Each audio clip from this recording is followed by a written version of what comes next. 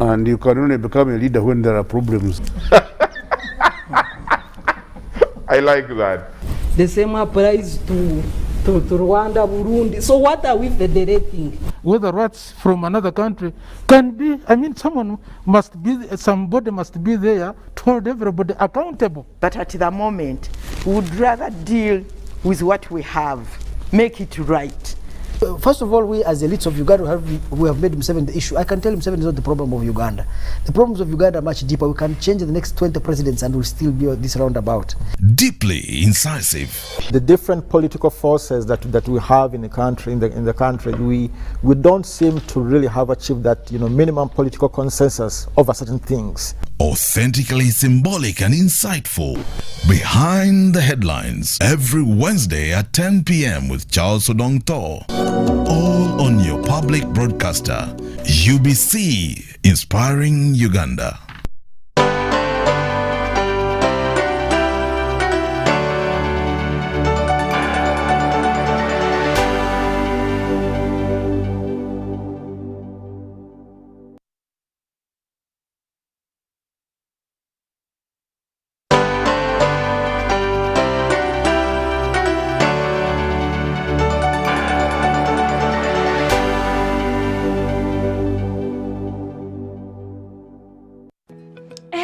Everyone is talking about MTN shares. I am Jenny Kafulua Shares, and I am here to show you how you can get them. First, you need a Securities Central Depository account, or SCD account in short, and you can open one right now using MTN Momo. It's free of charge. Just get your phone and your national ID, and let me show you how. Now, why do you need an SCD account? Well, because every time you get shares in any company, well, including MTN, your shares are going to be kept in this account. But this is not a bank account, and you don't need to go anywhere to open it. So is your phone and your national ID ready? Good. Let me show you how to open your SCD account. First, dial *165*65# or use my MTN app. Then select option 1 to submit SCD account application. Then enter your full national ID number or NIN. Next, select your preferred stockbroker and then choose option 1 to accept the terms and conditions. Lastly, enter your mobile money PIN and wait for confirmation, which you will receive on SMS. Oh, by the way, stockbrokers are the people authorized to help you buy or sell any listed company shares, so you need to choose one. That's it. Once you have your SCD account, you're ready to start applying for your MTN shares for as low as 100,000 shillings for 500 shares.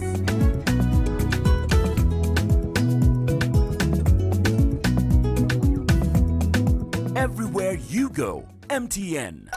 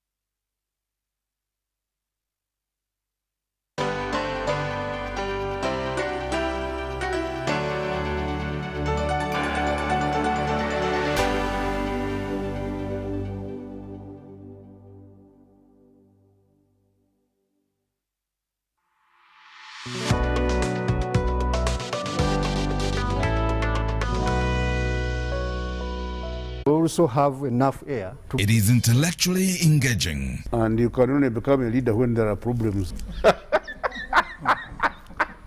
I like that. The same applies to Rwanda, Burundi. So what are we federating? Whether rights from another country can be, I mean, somebody must be there to hold everybody accountable. But at the moment, we would rather deal with what we have, make it right. First of all, we as elites of Uganda, we have made Museveni the issue. I can tell him Museveni is not the problem of Uganda. The problems of Uganda are much deeper. We can change the next 20 presidents and we'll still be this roundabout. Deeply incisive. The different political forces that we have in the country, we don't seem to really have achieved that minimum political consensus over certain things. Authentically symbolic and insightful. Behind the Headlines, every Wednesday at 10 p.m. with Charlse Odongotho. All on your public broadcaster, UBC, inspiring Uganda.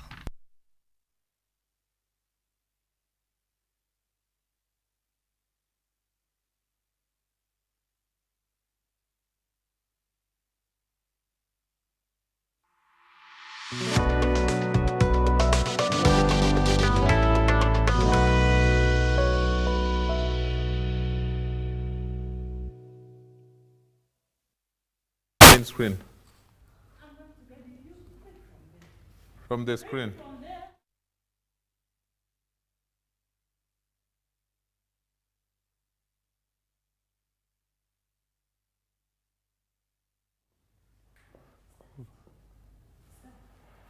Hello, a warm welcome to this edition of Behind the Headlines this Wednesday, 10th of November 2021. My guests are already seated and the discussion must begin now. Today we are going to be looking at the fishing sector. Parliament is discussing right now a bill, the Fisheries and the Fishing and Aquaculture Bill 2021, and the bill is proposing lots of changes to the old law. But let's first go through some of the highlights. Uganda is the second largest aquaculture producer in sub-Saharan Africa after Nigeria. And some of the opportunities that are available in the fishing sector, a big sector, it is estimated that 377 Ugandans are involved in the fisheries and aquaculture sector employment in 2015, of which 116,213 were engaged in inland waters fishing. Then Uganda also ranks among the top sources of fish maw in Africa, and fish maw is one of those most controversial things that are being talked about in the fishing business. The quality of its fish maw ranks highly too. It's the fourth in the entire world. That is from Uganda here. And then we also discovered that between 2012 and 2019, Uganda's fish maw exports to China accounted for about 51% of total exports from Africa. More opportunities for the fishing sector that this research shows that locally the fish maw of varying sizes fetches up to $70 million, and that is the highest in the East African region. Now, to discuss all this, we have guests from the Parliament of the Republic of Uganda. We have the Honorable Ojara Mapenduzi. He's already seated here. We have, of course, Sarah Birete, Councillor Sarah Birete, Executive Director at the Center for Constitutional Governance. Then we have Joyce Ikwaput, Acting Director, Fisheries Resources. We shall soon be joined by Honorable Tebandeke, who sits on the Agriculture Committee at Parliament. But let's first start the discussion right now.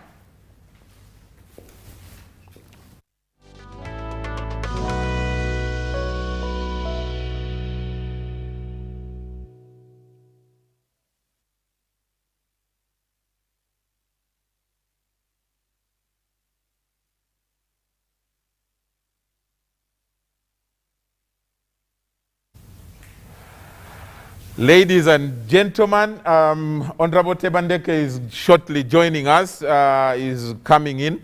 But let's start from the man, Honorable Mapenduzi. There are a lot of things. The businessmen for fish came to Parliament and made some comments which have so far since been withdrawn to the effect that Ugandans should leave fish for only export to earn some revenue. Then, of course, the Ministry of Defense also came to the House and have suggested that the fishing business should be put aside and more taken care of or regulated. And Ugandans are wondering, are we still going to eat this beautiful thing called fish? What exactly is happening in your committee? Well, thank you very much, my brother Charles and the viewers. I am a member of the Committee on Agriculture, just like my colleague. And currently the committee is considering this bill. And rightly, as you put it, there are different stakeholders, key stakeholders that have interacted with the committee, and so far so good. I think the process is going on well. There are definitely things that different people are raising, and to put it plainly, the bill recognizes challenges that exist. There are gaps, and so the intention of the bill is to make sure we bridge these gaps. And so what the committee is doing is to make sure that in handling the processes, different stakeholders are able to bring in their views so that at the end of the day we have a much better law, which I strongly believe the committee will do its best and do justice to Ugandans.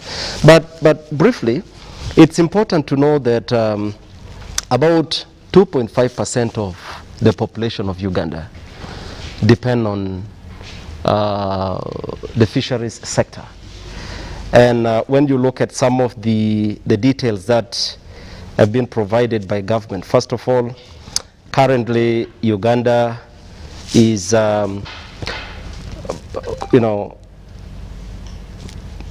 producing about 570 metric tons of fish every year. Yeah. And out of that, about 450 comes from what I would call natural ways of getting it, and then 120 comes from aquaculture. But when you look at the 2025 target by government of Uganda, according to the NDP3, by 2025, Uganda is looking at producing about 1.7 million tons. Mm-hmm. And so it's very ambitious, that's what I would say. But again, looking at 1.7 metric tons by 2025 and what we are currently producing, I think the country has a lot more work to do to make sure we achieve that target. But also it's important to look at some of the efforts that are being made. I would say that government has to do a lot more. First, to deal with the question of making sure that the aspect of management is handled, and I'm happy we have a very senior person from the ministry, but also the question of how much investment, how much money do we commit to making sure that some of the aspirations are actually met. I will give you an example. Around 2006, there was a plan, and probably she will give she will throw more light. 2006, there was a plan to establish what I would call regional fish fry facilities in every region. And I'm told the intention was to make sure that every region begins to look at fish farming as something that the country can reap big from. But it's sad to note that even when that good intention came, a lot of money was injected into that. To this day, those fish fry facilities have not been complete. I'll give you the example of the one in Gulo, where several committees from Parliament, from the ministry, kept on going there. Different companies were contracted to do the construction to finish. A lot of money. The same in Busheni and elsewhere. And so it takes us back to the question of commitment. How much are we committed as a country in making sure that what we aspire, what we plan to achieve, can actually be achieved? But also, how do we build systems that function well? There are a lot of issues that have come around the fisheries sector. How the citizens are handled, the level of brutality, but also the level of mismanagement, and these are things that have to be talked about. I'm happy that in our meetings as a committee, there are a lot of discussions and there are a lot of information that we are getting, which information I want to believe will help in strengthening but also supporting the fisheries sector so we can achieve the target. Otherwise, what we are talking about 2025, I don't see much coming out of that unless we begin to walk the talk, and also unless we begin to put a lot more commitment, not just by word, should be practical. Parliament should do its part, but also the ministry should do its part. But we should also be able to create an environment where people charged with responsibilities, people mandated to perform their duties within the fisheries sector are able to perform. They are facilitated, they are protected, they can do it, but they should also be accountable to Ugandans. Okay. So we can pursue that. Okay, let me first bring in the Honorable Charlse Tebandeke, Member of Parliament for Bale County. You sit on the Fisheries, on the Agriculture Committee, and you're going through this bill. But one of the things that came out, I think last week, is the Ministry of Defense asking that when they appeared before you, which was quite controversial, and I think clause 8, clause 8 of the 8.1 of the bill, where the ministry is saying that we need to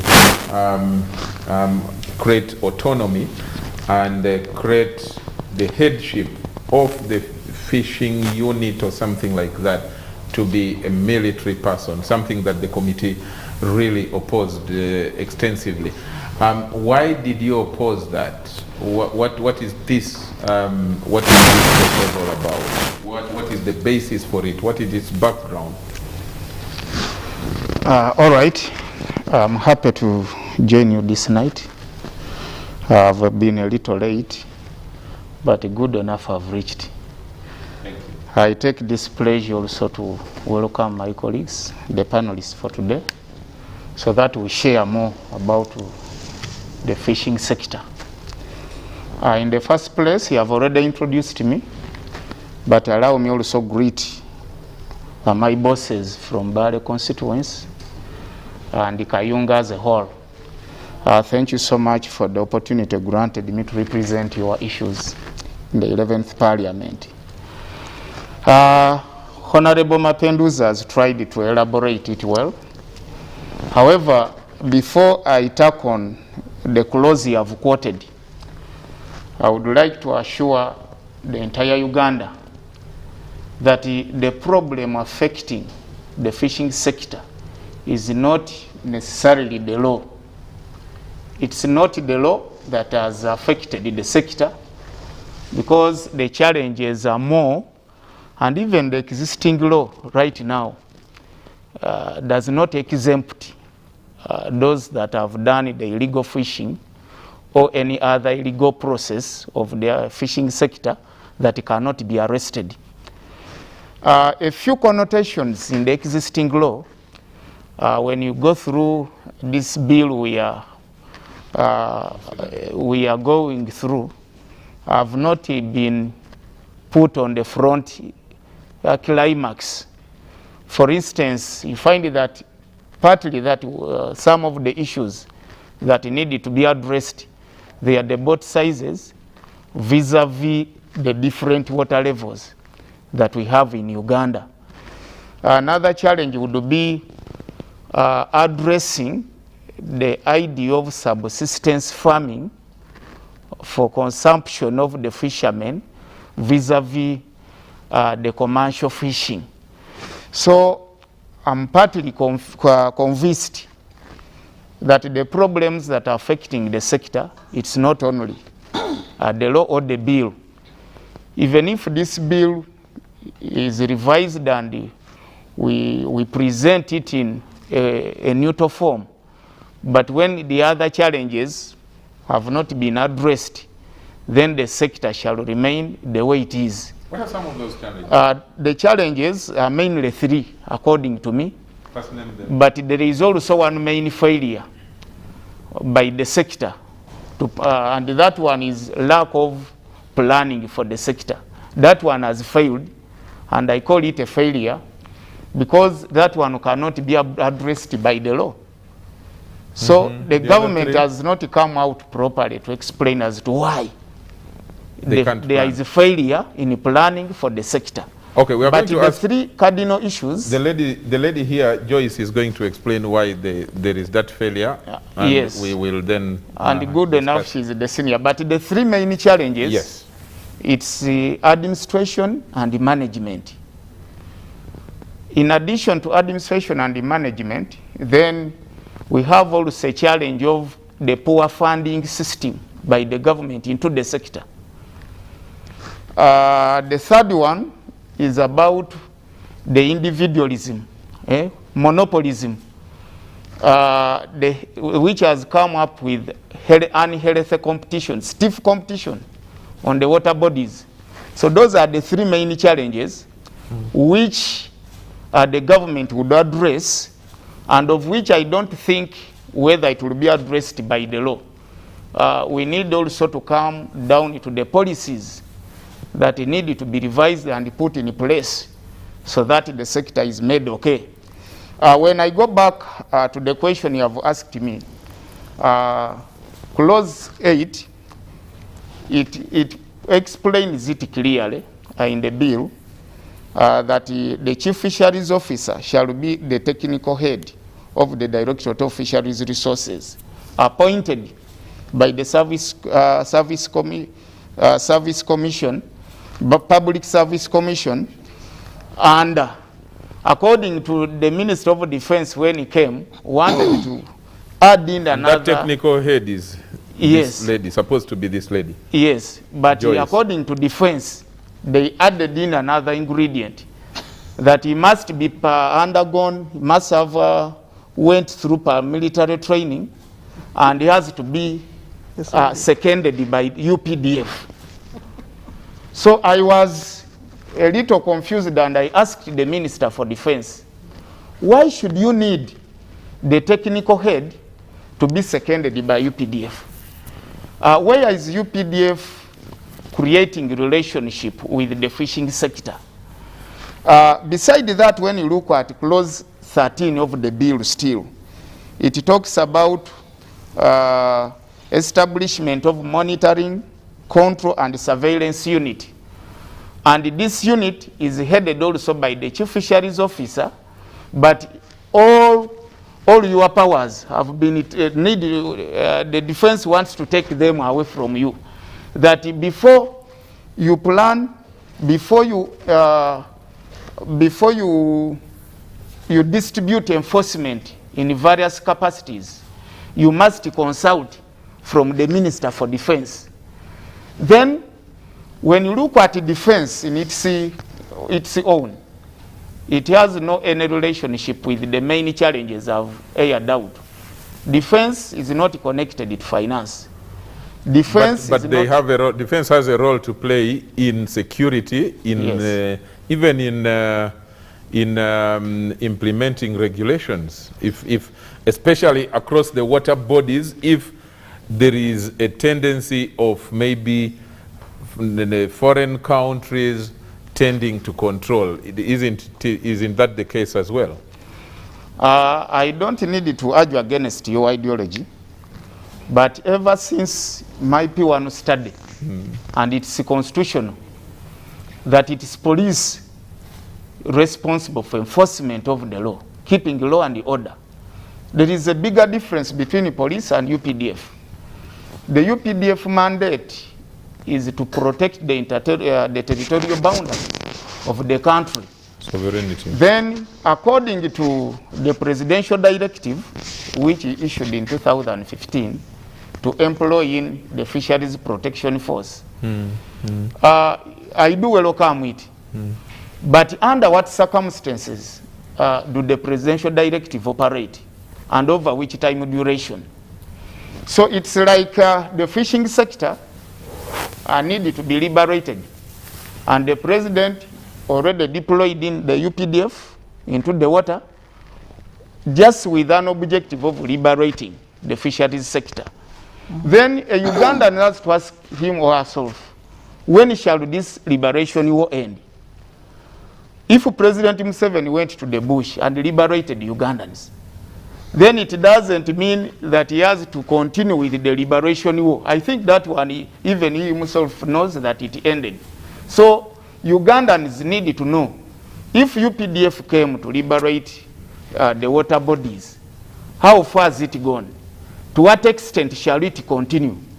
Okay. Then over which time period will they oust out themselves from the operation? Okay. When you look at chapter clause 13, the surveillance and the control unit, monitoring, these are technical terminologies which can also mean surveying, research, making assessment of policies, evaluation, making recommendations. So all of those are technical aspects of the bill that need to be given to the technicals, but not mainly what the Minister of Defense was suggesting. So maybe another question but that's just still a suggestion, right? And that you are going to discuss it, weigh the options, look at the advantages, consider the shortfalls, and then take a position as a house, right? You are a committee, and you are going to take all this to the plenary. Isn't that the case? It is. I don't want still again to argue against it, but according to their submissions, that's what they want. Yes, that is what they want. Just like what you want is that they should not, that you don't want what they want, right? Isn't that the case? Well, I wanted, yes, Honorable Mapenduzi. I think in answering that, we should be able to ask really basic questions. How has enforcement been conducted? Before, even up to now. Yeah. And that is where this discussion is coming from. Within the period, the 11th Parliament, as you know, from May to this day, we have had more than 7 members coming on the floor of Parliament, raising serious concerns on how their electorates are being brutalized. That one, we're definitely going to discuss that, and okay. Joyce will have to answer some of those questions.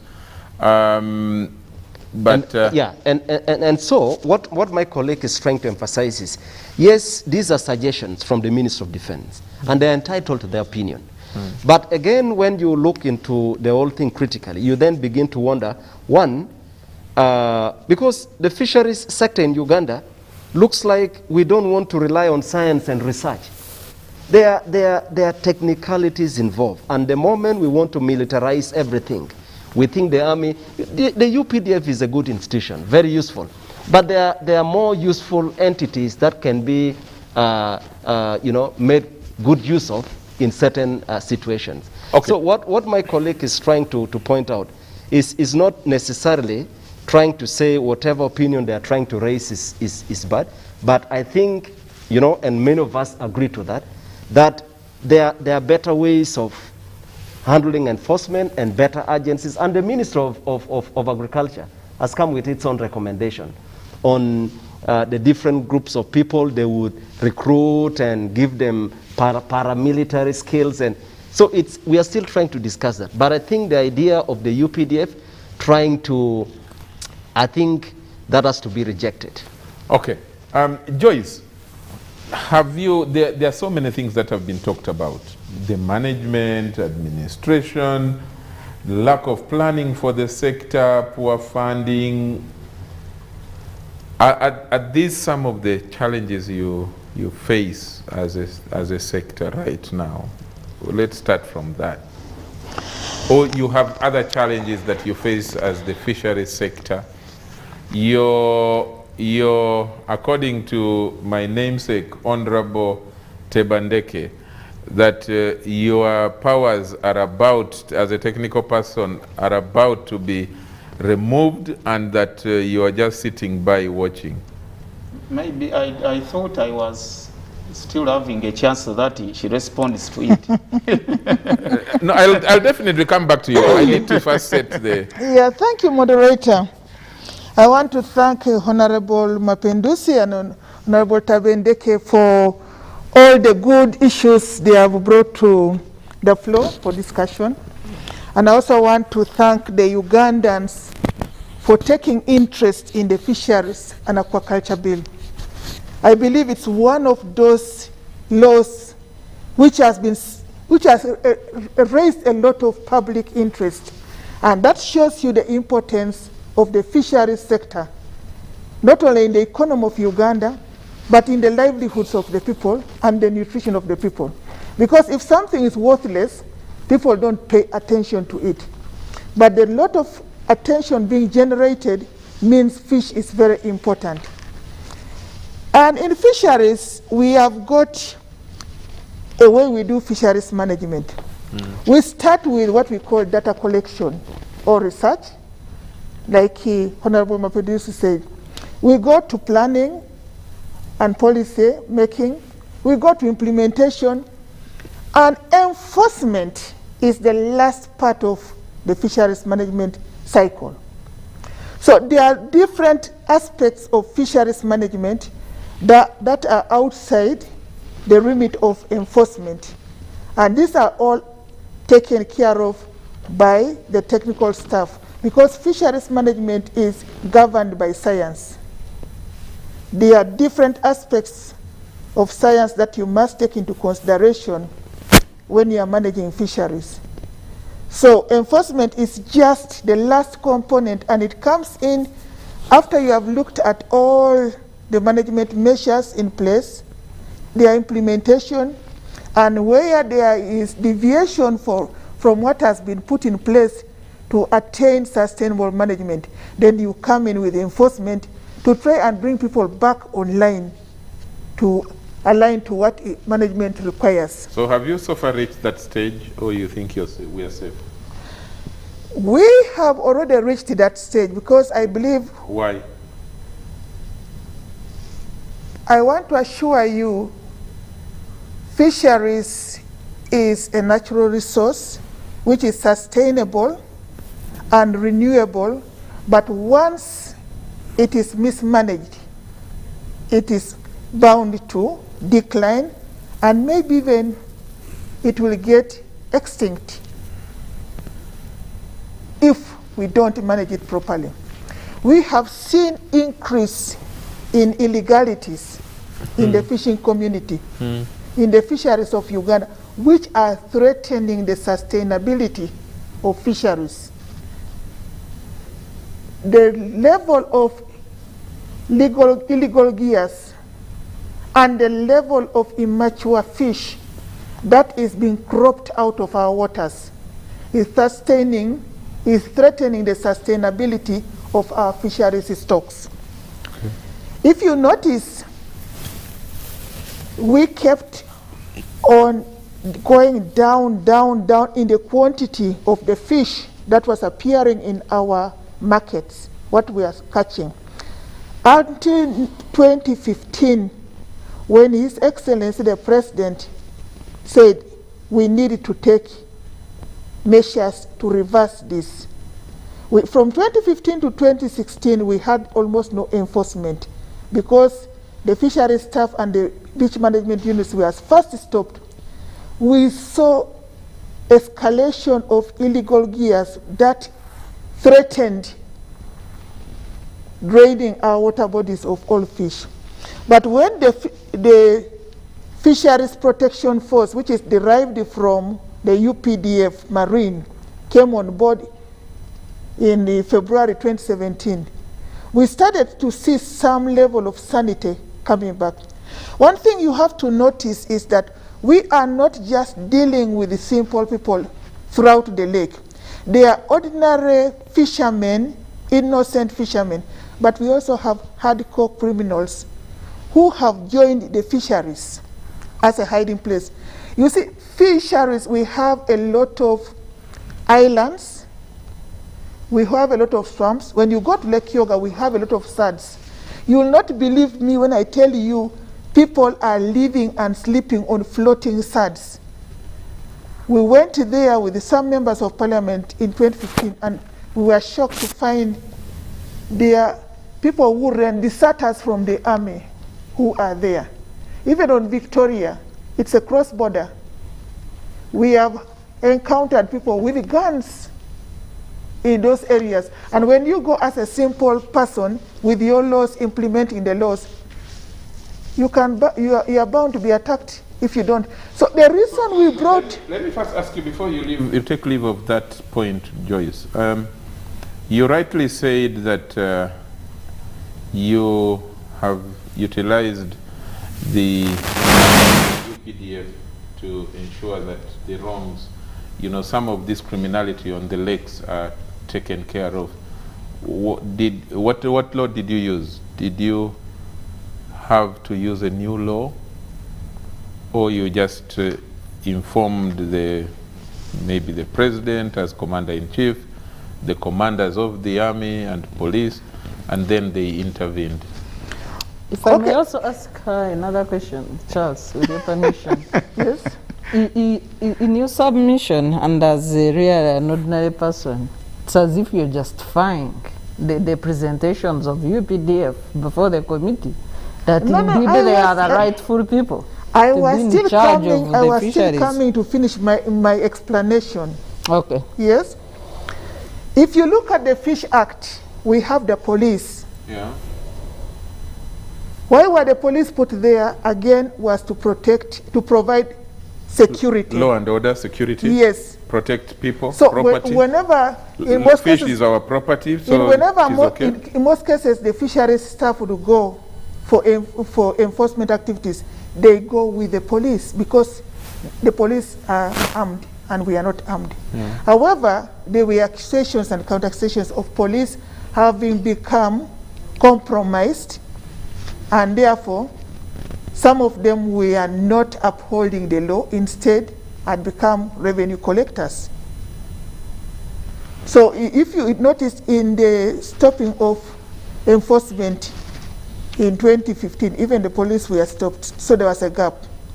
But this FPU is supposed to have both the police and the army, but commanded by army.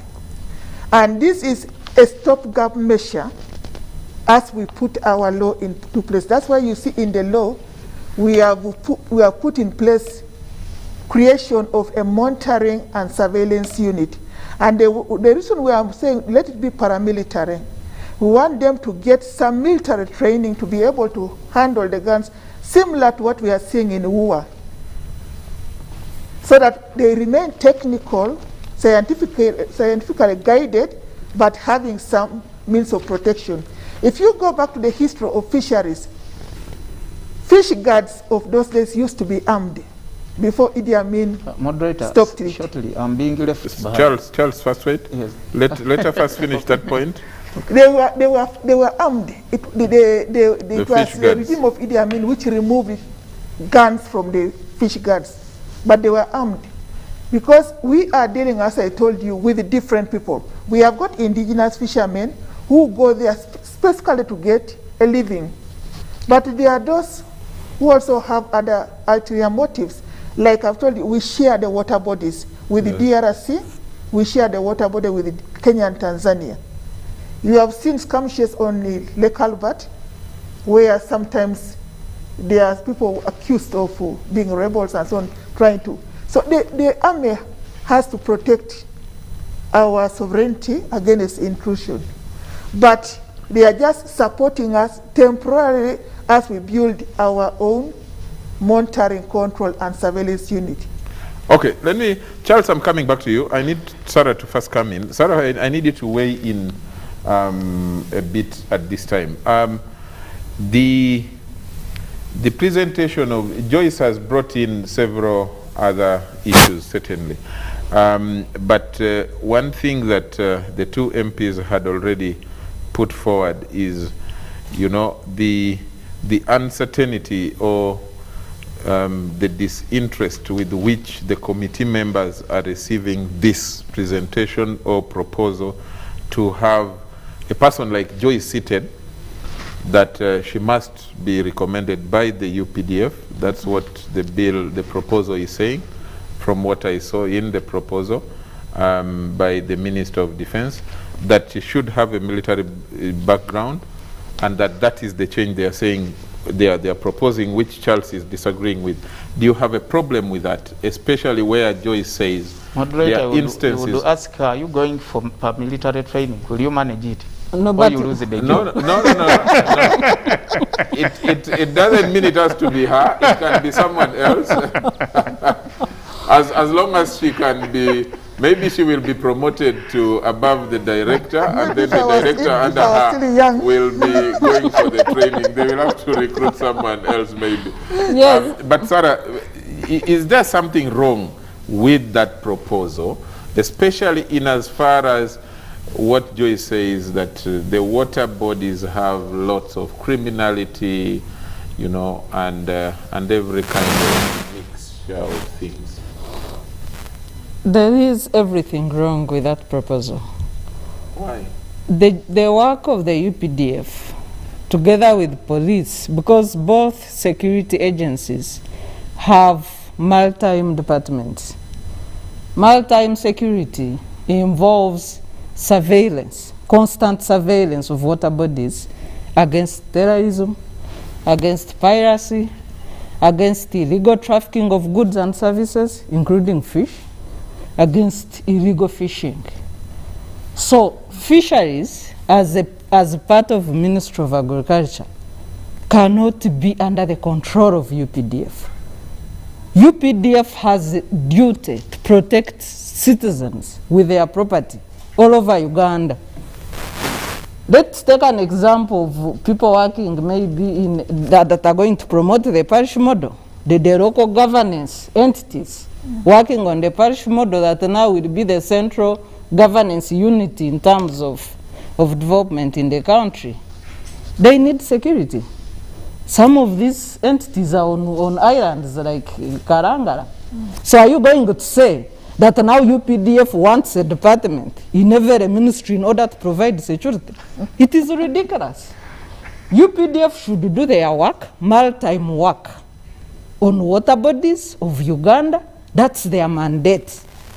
They can coordinate and cooperate with relevant entities, including the fisheries resources, but they don't need to take over and usurp the functions of Ministry of Agriculture, of the fisheries resources, and of the other entities in order to provide security. Away from that, there are many challenges in the fisheries sector. If you look at, of course, part of it, and a small part of it, because the law alone cannot be a dilemma of implementation and development. But if you look at the genesis of the law development in the sector, you come from the 1951 Fisheries Ordinance under colonial administration. Then we go to the 1969 Fisheries and Crocodile Act. Then in 2000, during the harmonization of laws after the new constitution, we get the Fisheries Act Cap 197, and now the bill that is before Parliament. All these laws have been lacking in terms of grounding, in terms of effectiveness, in terms of proper coordination, maritime security, as well as the community involvement. At the time in 2017, when the UPDF came in, or about there too, because I think the work of UPDF on water bodies and trying to stop illegal fishing started even under the notorious Kakoza Mutare. I think it was before 2017. Yeah, under Kakoza Mutare. Yes. I think it was so around 2007 to 8, Kakoza Mutare came in with the same aspect of UPDF. Yes. And bounded it failure. That is the origin of UPDF interference. Kalangala Action Yes. Plan. In the fisheries industry.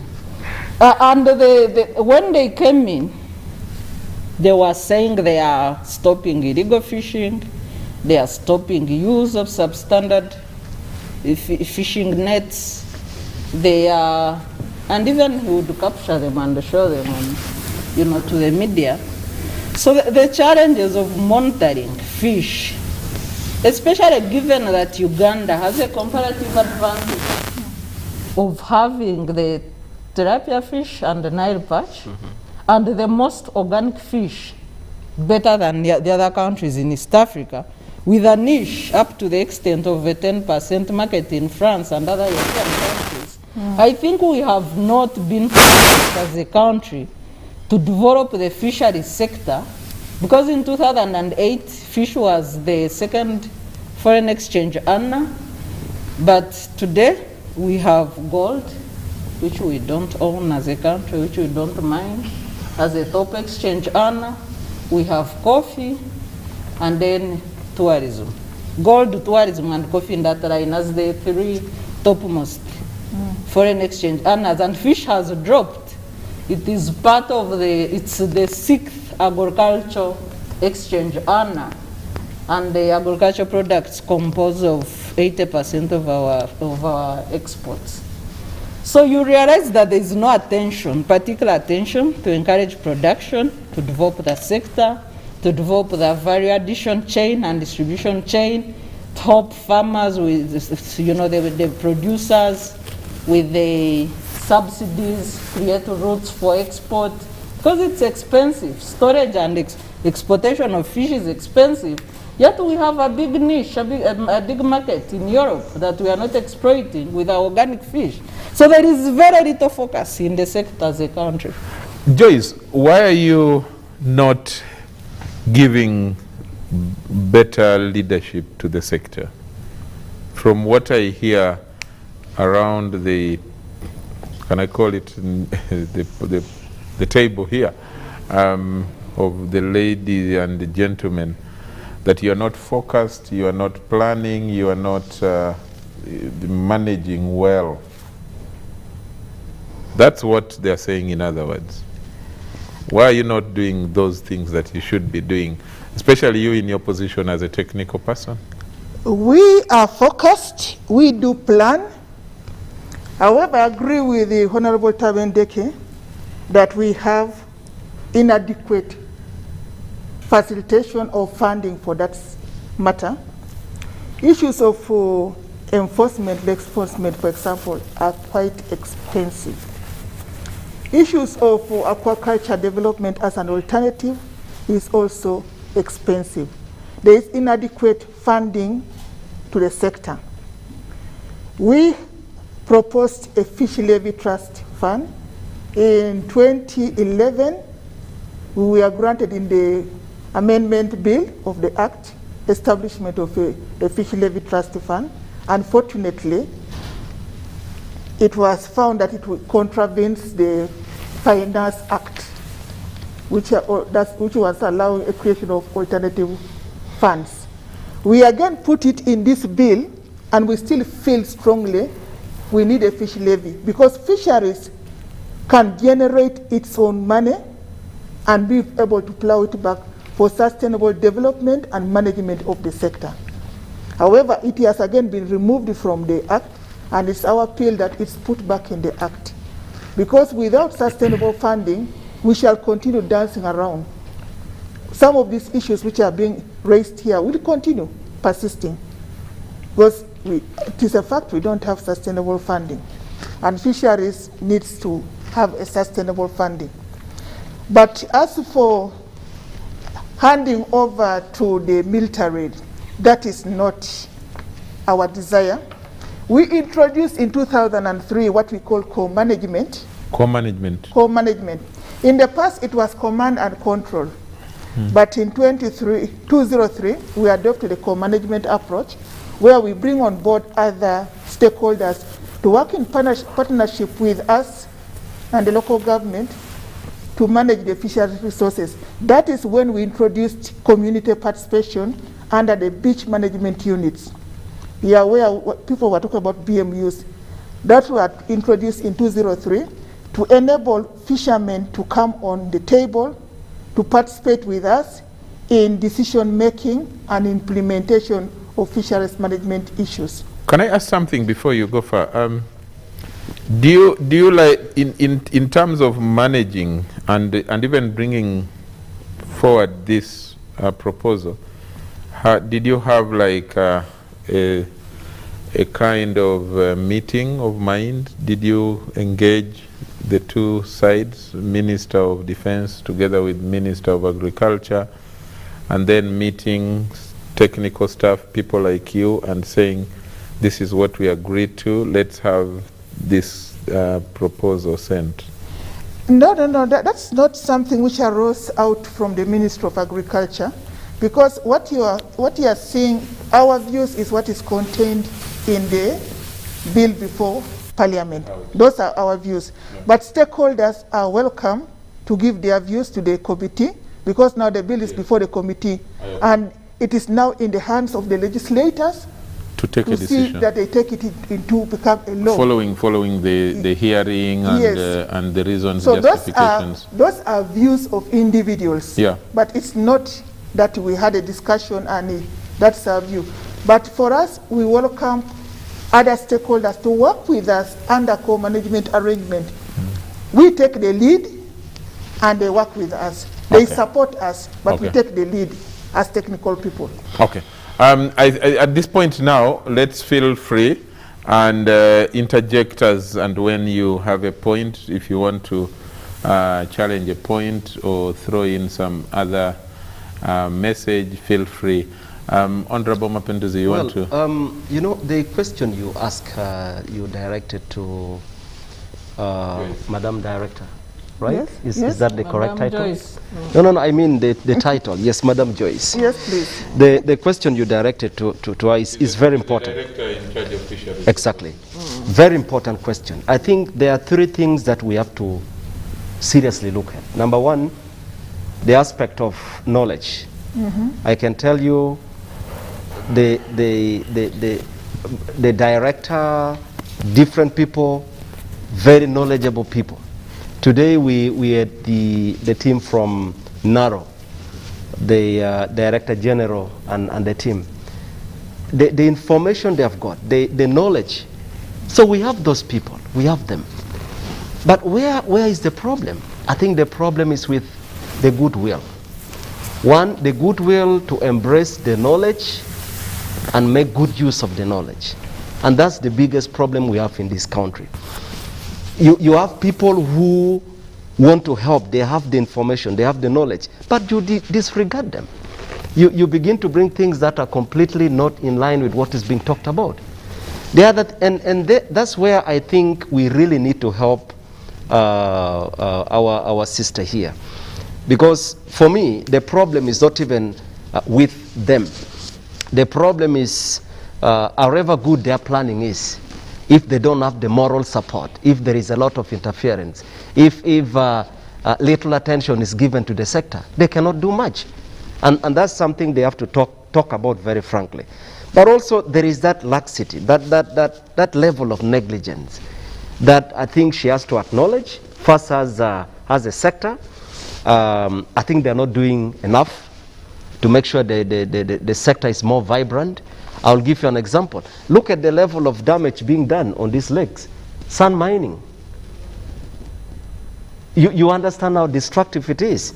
It affects the quality water, and that has a lot to do with, it has serious impact on natural feeds. Don't the fish usually breed and produce actually more in that in the No. sand? Actually, sand mining is extremely destructive to the sector. Yeah, that's what I'm saying. Exactly. They are removing their breeding ground. Exactly, destroying their breeding ground and also destroying the natural, exactly. So these are things that we have to firmly deal with. Then when you begin to find out who are the people involved in this sand mining and these illegal activities she's talking about, the rope runs back to people who should actually be showing a good example. So that level of impunity that we have in this country needs to be really talked about, all right? But also the other thing that I want to agree with her, yes, their presence is thin.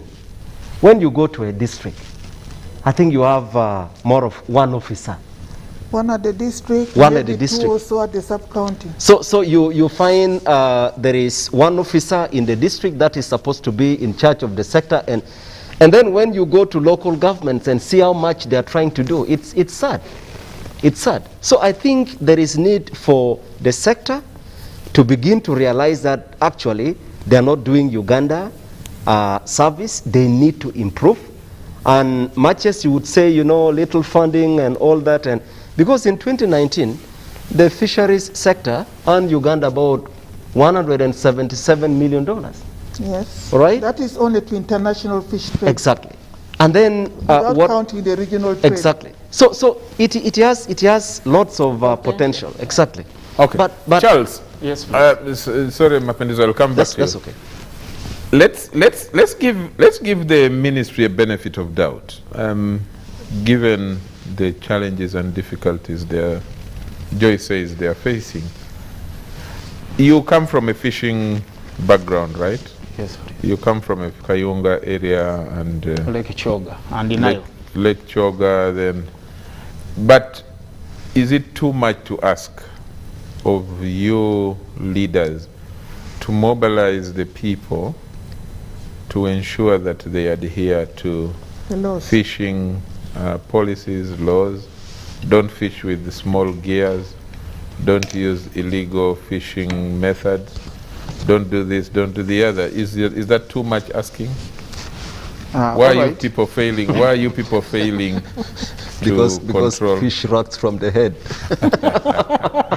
All right. The head could be Charles I think the fishermen have not necessarily failed to effect the legal gears, the legal exercises, by out of their own wish. But you find that some sections, some parts of the law, the Fish Act, is unapplicable on the ground. Like if you go to River Nile, if you go to River Nile, and the fisherman is mandated to use 28 feet of the boat, it's unapplicable really, because that one requires an engine. No, there is an aspect of subsistence fishing where at times it's done within the Sezibwa and the River Nile. When you are fishing muddy fish or catfish, there is no way you are going to apply that boat. But we find that when enforcement comes, has to exert all the powers on you. And that's why fishermen are lamenting that the lake is no longer ours, but has already been taken off. Now, let me interject there. She said this law came from 1951. When it was only ordinance, the 64 it became a law. That is the provision of the Fish Act, 28 feet. The law enforcement officer, his work is implement what is provided in the law until it's amended.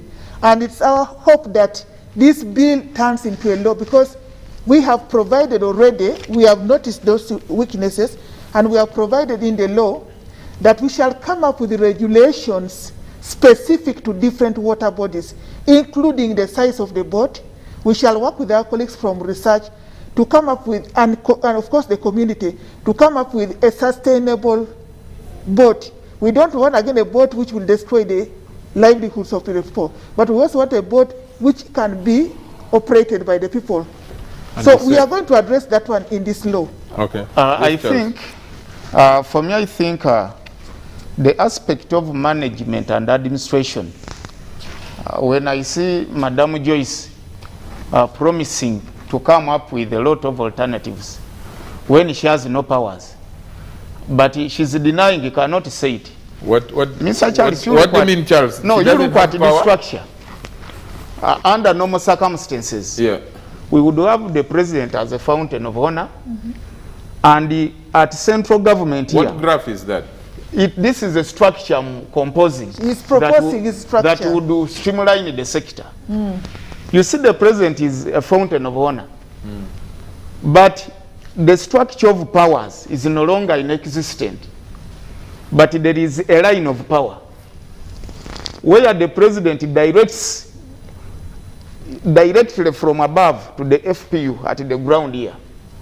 All the beach management units, the different associations have been swept away.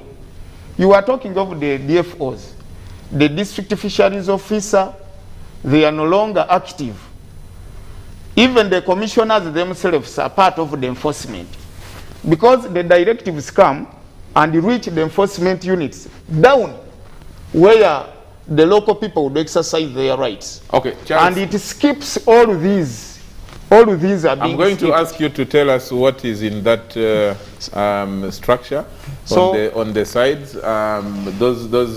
Those are the different groups. But let's first take a break quickly. Let's take that break, and then when we come back, I'll start with you. But feel free to interject immediately we come back. I will try to get our technical people to get me the comments from the people. A very interesting discussion indeed, but let's first go for a break. This is Behind the Headlines, this 10th of November, 2021.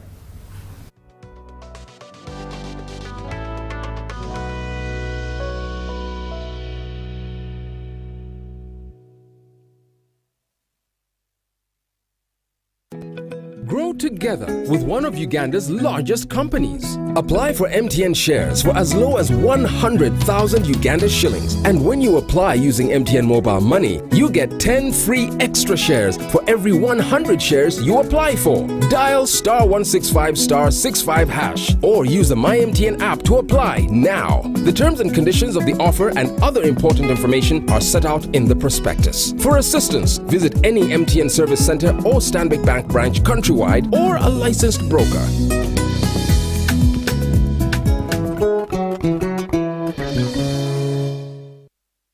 Kagano twalekedde ekyatulese tuzze tukalanga enfunda eziwerako ddala. Eno yeko TV Super ey'abakaguje njagala wekkaanyi. Ewatali kwemamaaza olwo tuba tusimbudde ne Go TV Super Duper waawawa. Era nga bakutuusyako ekiga eky'abakabejja abasajja eŋŋwaŋŋuli kw'ogatta ne busineema obujjudde omuhabati ku $5,015 waawawa. Soka Blaza weefunye ekirungo kya Go TV Super ekijjudde obulungi ove mu baaje.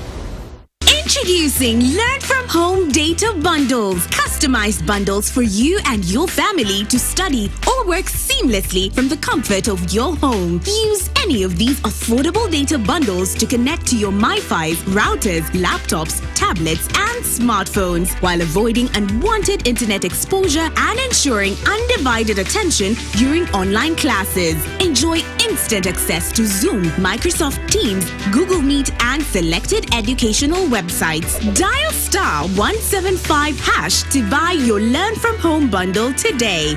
Airtel, the smartphone network. Terms and conditions apply.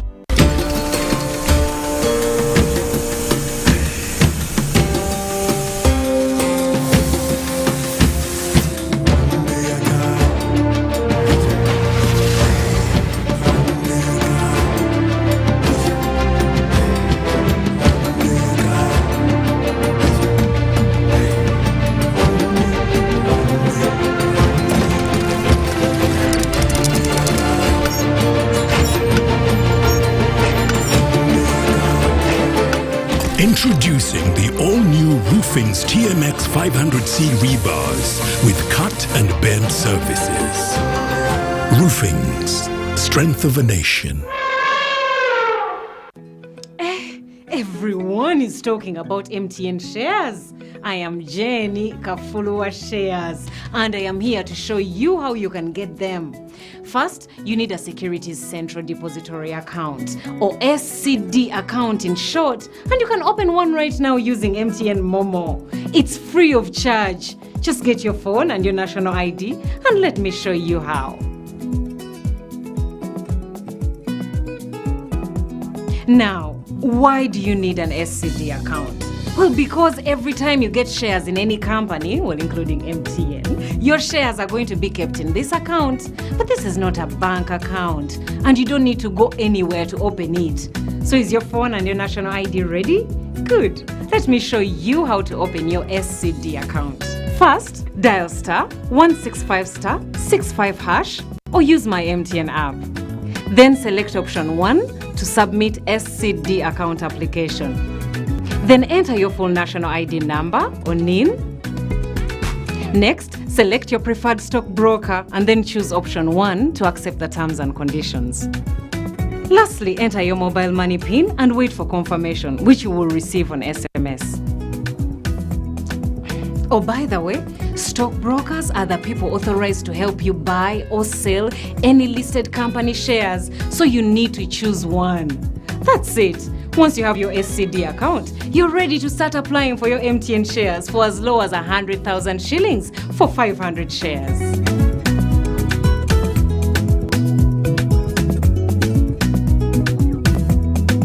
Everywhere you go, MTN. Kagano twalekedde ekyatulese tuzze tukalanga enfuna eziwerako ddala eno yego TV Super ey'abakaguje njagala wekkaanyi ewatali kwemamaaza olwo tuba tusimbudde ne Go TV Super Duper waawawa era nga bakutuusyako ekigo eky'abakabejja abasajja eŋŋwaŋŋuli kwogata ne busineema obujjudde omuhabati ku 5,015 waawawa soka bulaza weefunira ekirungo kya Go TV Super ekijjudde obulungi ove mu baaje.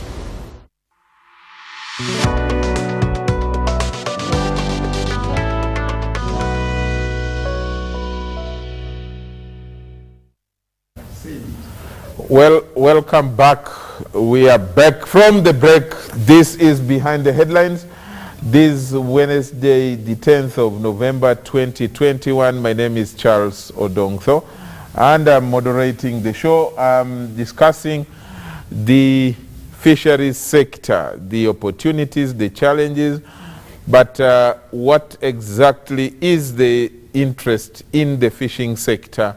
We know already it contributes a great deal to the national, to the GDP, and we are discussing this and requesting and asking the public to come on board. Already I have in the studio, I have guests. We have the Honorable Charlse Tebandeke, Bale County Member of Parliament in Kayunga. We have Honorable Ojara Mapenduzi, Member of Parliament, Gulu City. We have the acting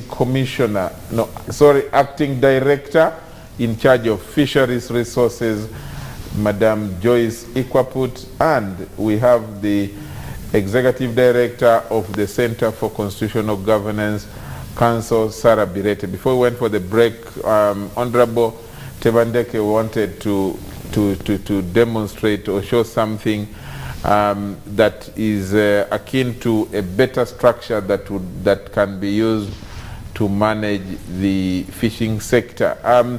Let's take, my technical team tells me there are so many comments online, questions. Let's take some of them and we use to as part of the discussion.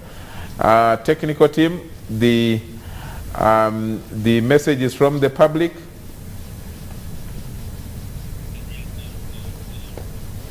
I'm told that they are sorting them out and then they will bring them on. Charles, You were talking about that structure that you would want to present as a better structure of the fishing sector. Can you explain what? To justify my structure, that it would correct all errors that on the water bodies, I just want to ask from Madam Joyce to prove that their powers have been taken away from them. Did you participate in the framing of this bill? You will find that. But the bill is from her ministry. You will find that she did not participate, and she has no any. No, you can't. No, I'm telling you the truth. You can't ask a question and then answer it yourself. Charles, I'm telling you the truth. Charles, let me assure my brother Tabandeke, I have been at it since 2005. But this very one, yes. Has it got your input? Yes. We give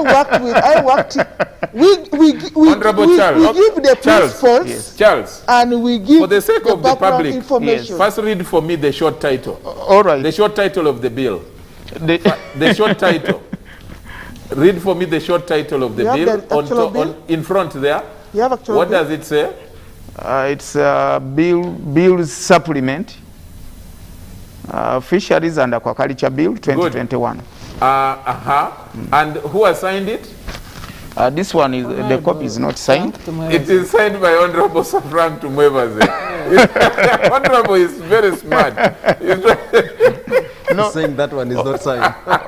Okay, let me assure the public that to prove that the FPU has taken all the mandate on the water bodies, you will find that according to the structure I have, you would start the central government having a political wing independently working and monitoring what takes place in the sector. So at the same time, the political wing has to work hand in hand with the technical wing.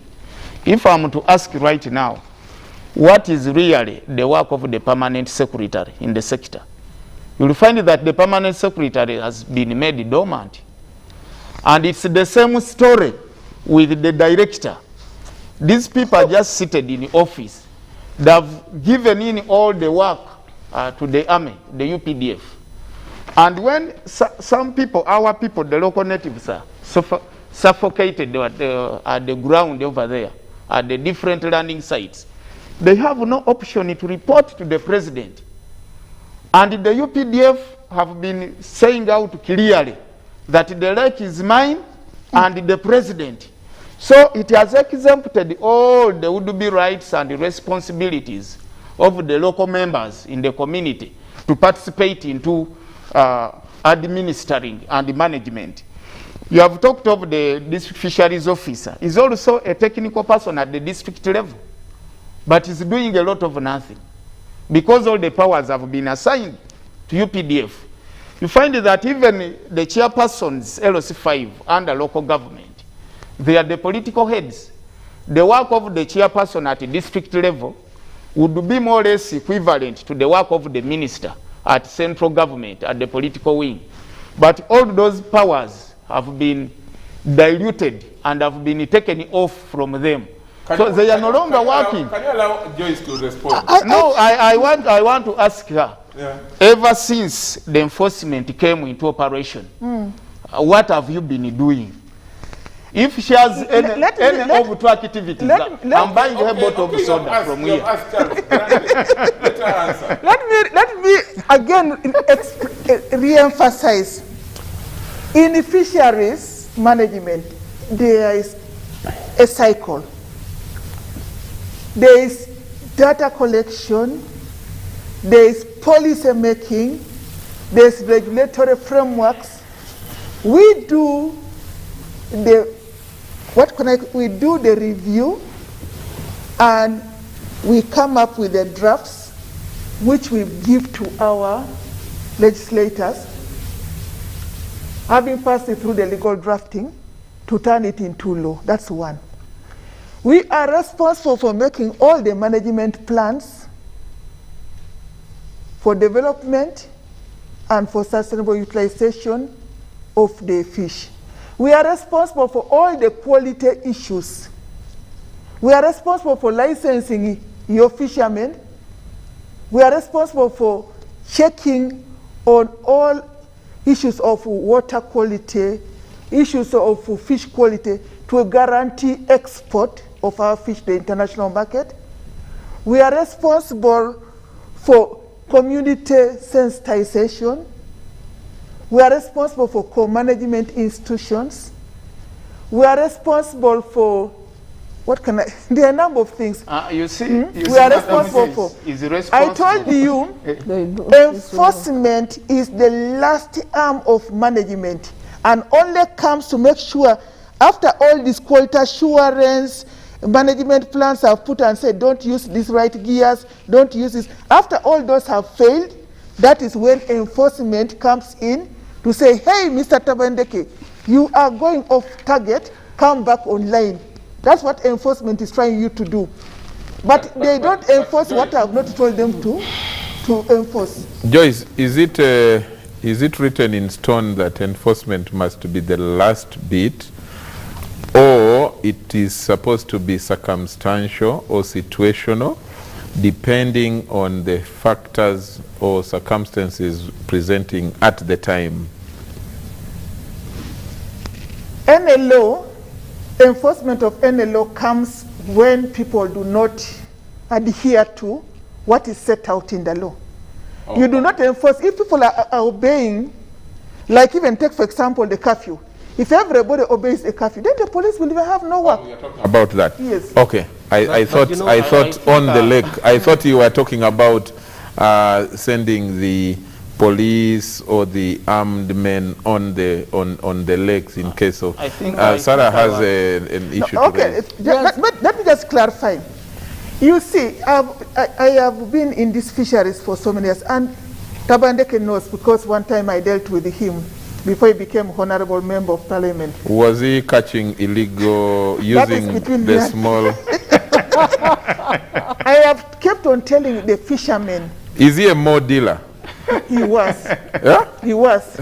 I've kept telling the fishermen, if you adhere to what is set out as management measures, you will never see any enforcement officer coming to interfere with your business.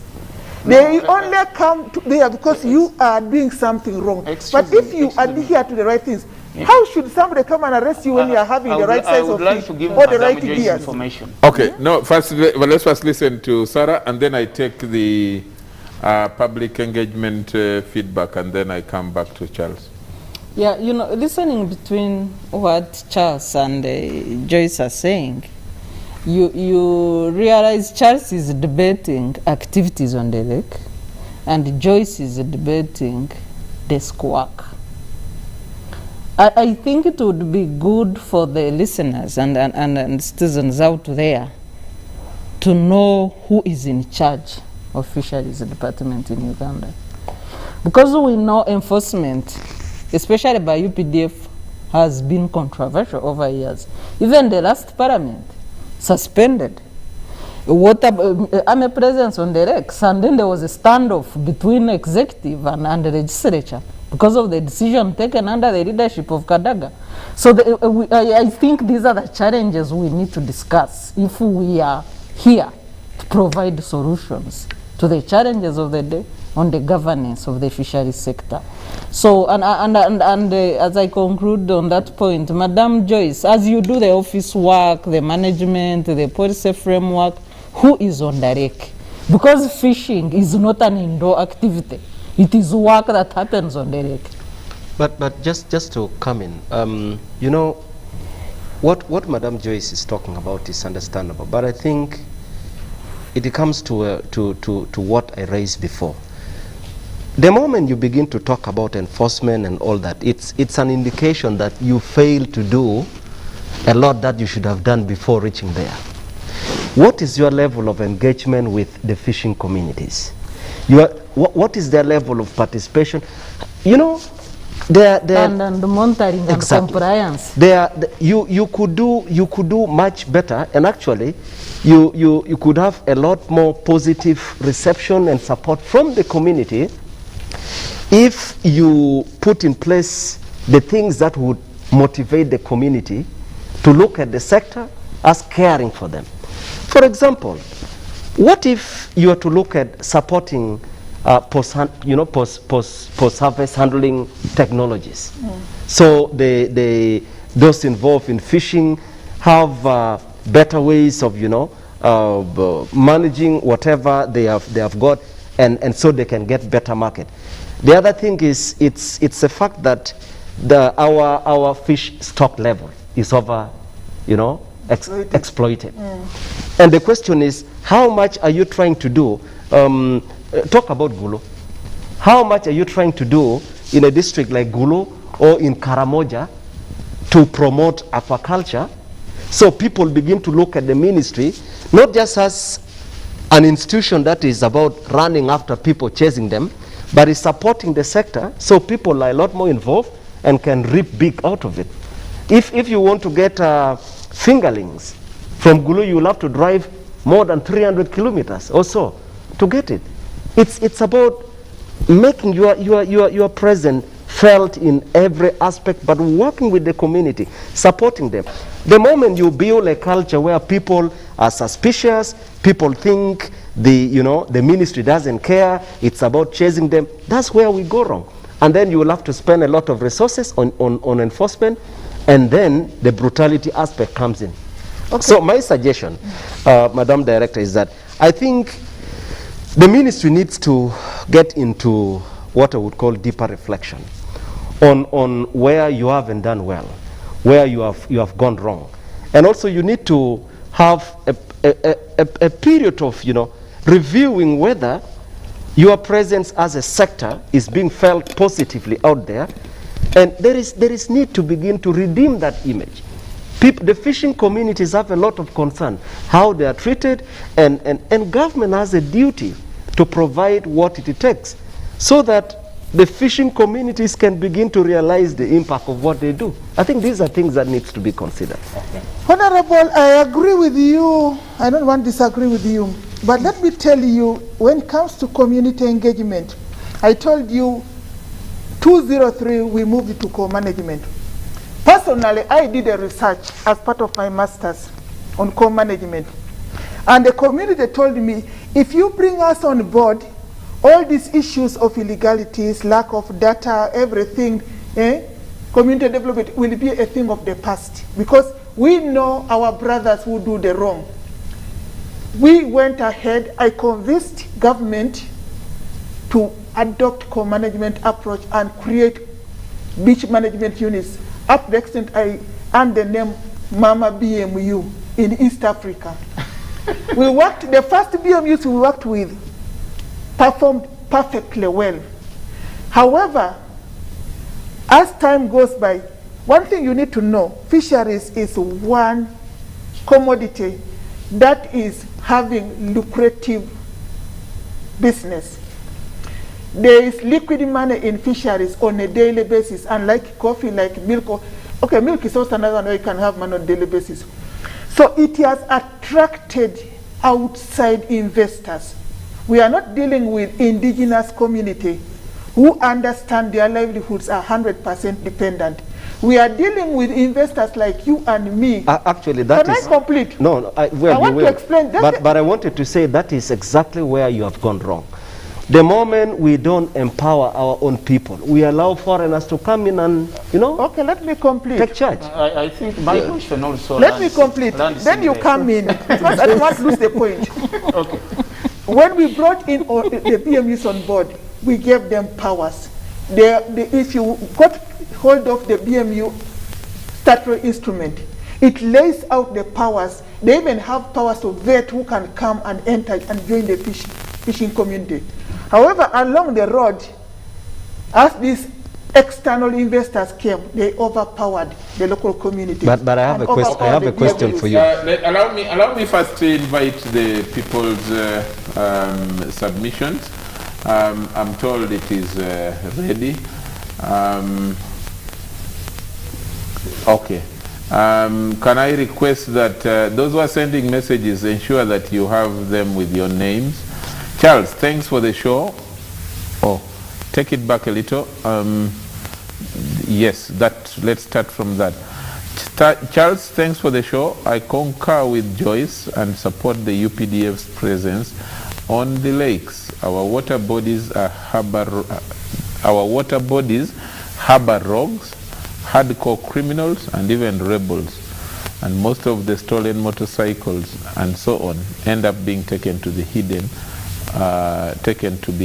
on the islands in the water. Okay, no name there, but Senkungu Emmanuel says no need to the chief fisheries officer having a military background. The police, military should just provide enforcement or backup whenever called upon. I think I agree with Senkungu on principle, unless I'm told some facts to the contrary. Thomas from Kanungu says, I agree with the enforcement of fishing policies, though the excesses should be checked. However, there are other big threats to our fish resources, like lakes degradation by sand mining, the disappearing wetlands. Sereko from Toroko says, Charles, I'm quite challenged hearing gold is the leading foreign exchange, yet we don't have much of it in Uganda. Please, can someone explain more about that? Sarah, you will. Sarah, you will explain that. Murunji Mary in Ginger says, what is the role of other technical staff like commissioners appointed by the president? It looks like the director is giving herself all the work as the chief fisheries officer. That's the last for now. We will see if we can get more later. But Charles, you were making a point. Kindly finalize it. Beside the administration, for me, I would suggest, I'm just learning it from her now, that even at sub-county, we have technical officers. But all the years round, I've been in the country here, I've never seen any technical head from the sub-county. I'll tell you, I was chairman of a local government for 10 years. Yes. I'm equally hearing from her that we have officers responsible So at sub-county level. Almost all offices have been made dormant. In the past, let me explain. In the past, of but course, I did not give any chance. They said we are free to interchange. All right. No, it is true. In the past, we did not have fisheries officers at sub-county. But when the extension directorate was created, we started recruiting more staff at the sub-county. And some of the districts, especially those bordering the lakes, have recruited sub-county fisheries officers. Of course, some of those who are far from the lake, some of them have not yet recruited, but there's still opportunity, and we are still pushing for them to recruit, because, you know, recruitment is by the districts based on the wage bill. So we are encouraging them to recruit even fisheries, not just only agriculture and livestock. So Okay, we are filling up the gap. I think what is supposed to be done right now, as I outlined the point of management and administration, must run sequentially from the president almost up to the chairperson LC1. Because we find that some of the illegalities on the waters or in the fishing sector have come up as a result of complications in accessing services. Because actually, if you have the DFO at the district level, and we have also the officers at the sub-county level, what does it cost to license fishermen from within there? Then Madam Joyce is claiming but that... you know, Charles, sometimes this is deliberate. Isolating the structures down like LCZ, sometimes it's done because people at the top think it will interfere with their agenda, hidden agenda. They want to make dirty money down, so they don't want to involve other structures. And then even this enforcement being talked about, there's a lot of corruption involved. So I would expect Madam Joyce to tell us that because she has said in 2003 they launched the BMUs, then it would necessitate us to revise out why has BMU failed to operate on the water bodies? Why has Marine Police failed? And we should also give an account as to why the FPU, you are crediting it. Because you credited it. But how have they earned that credit? Who gives them the money to do the enforcement? Then that's why for me I can conclusively say the UPDF, by overpowering you, it is monopolizing the entire lake. Because it's abnormal to find someone using a capital of 500,000, maybe she has bought about 20 pieces of fish, and she has only one piece that is illegal. Then you capture the whole of them, you punish her heavily, even you put that person into sales.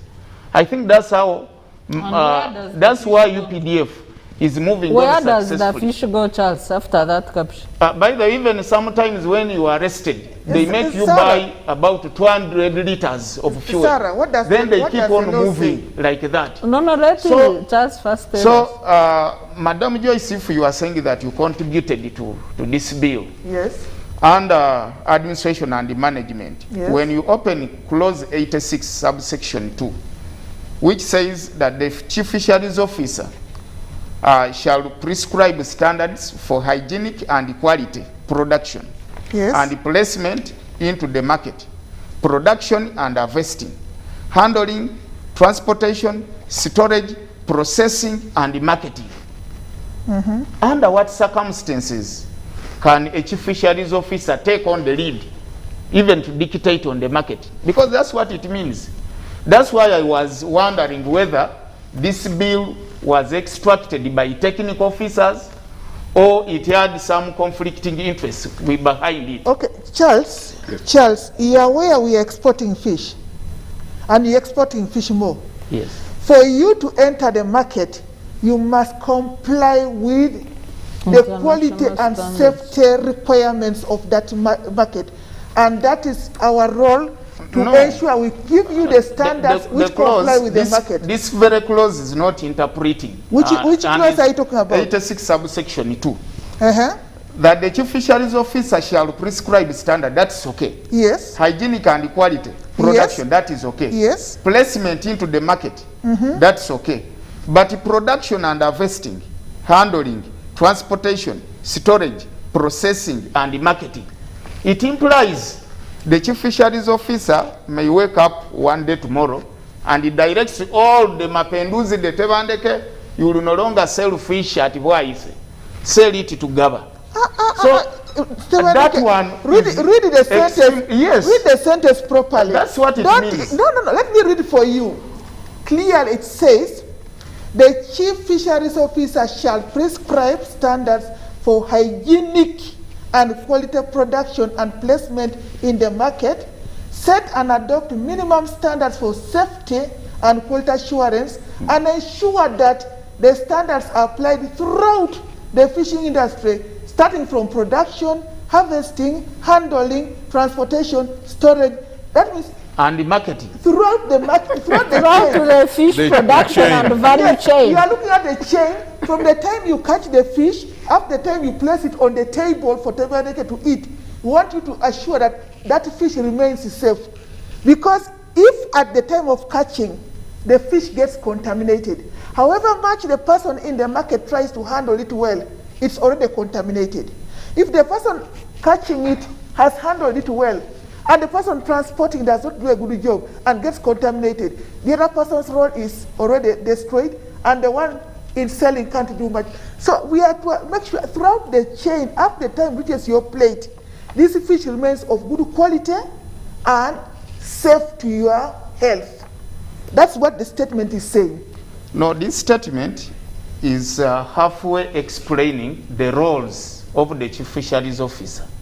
However much we are in value chain, but under management, then this one kicks away the local money operation within the sector.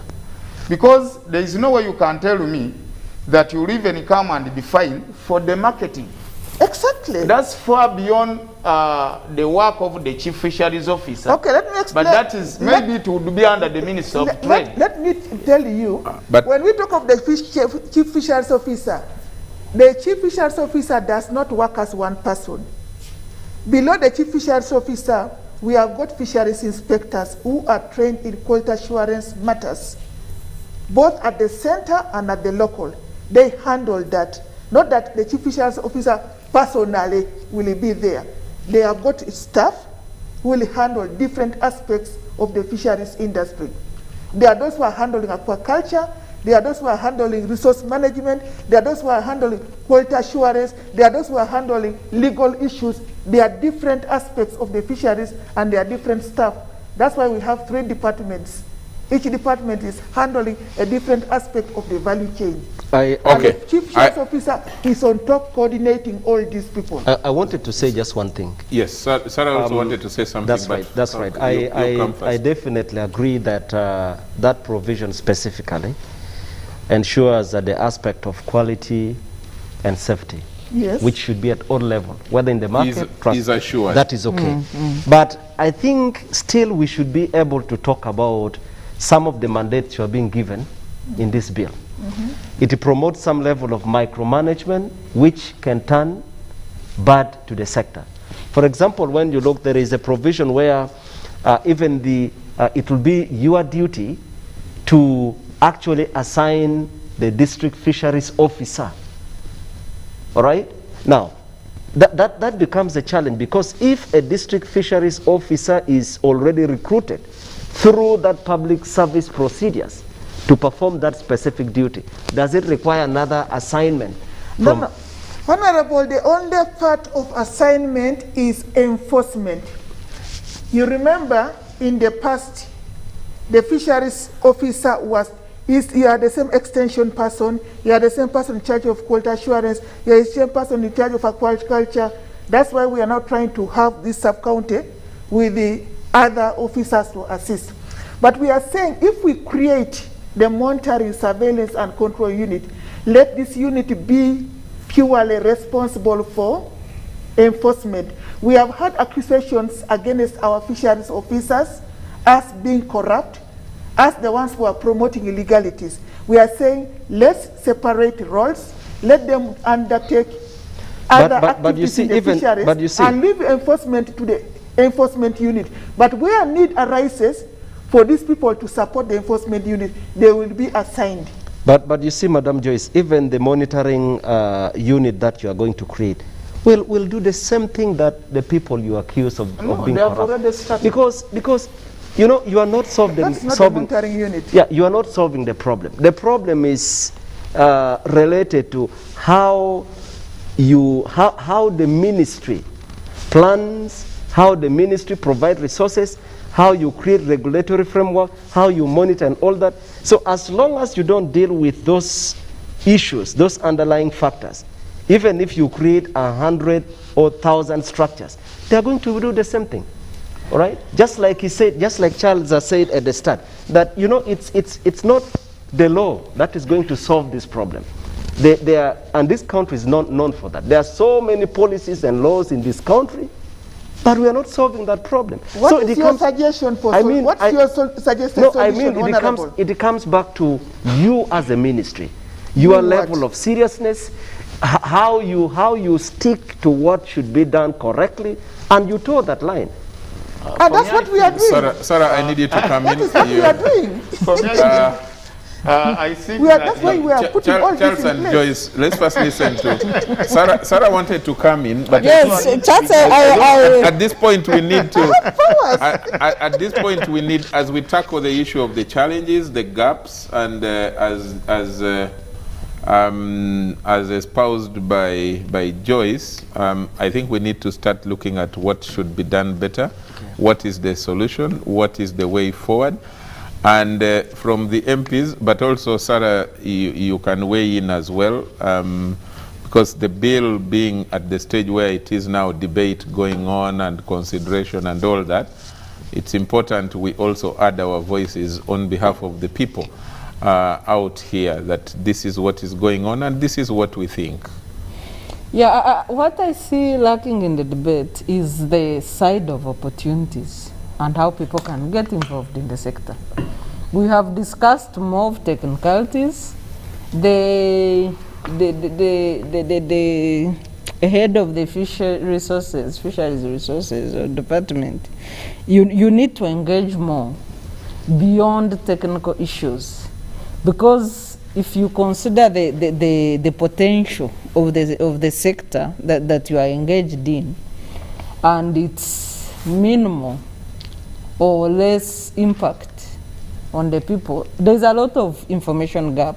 For example, people need to know what are the opportunities that they can be engaged in this sector if it's managed well. The bill is trying to sort out the governance challenges, the enforcement. Maybe also you need to look at the issue of setting up the multi-sector, committees. Because as much as you are saying we need enforcement on the water bodies, how about the revenue collection?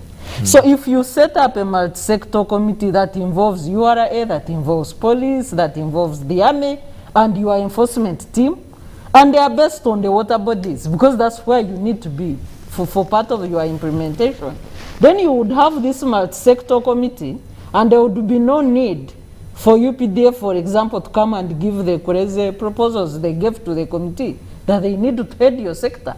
But there is a virtue in understanding, in articulation, in sensitization, in knowledge, and benefits that Ugandans need to know. There are a lot of investment opportunities, there are a lot of products in the sector, but is this knowledge out there? How do you handle your knowledge gaps as a ministry? How do you handle your stakeholder involvement and engagements?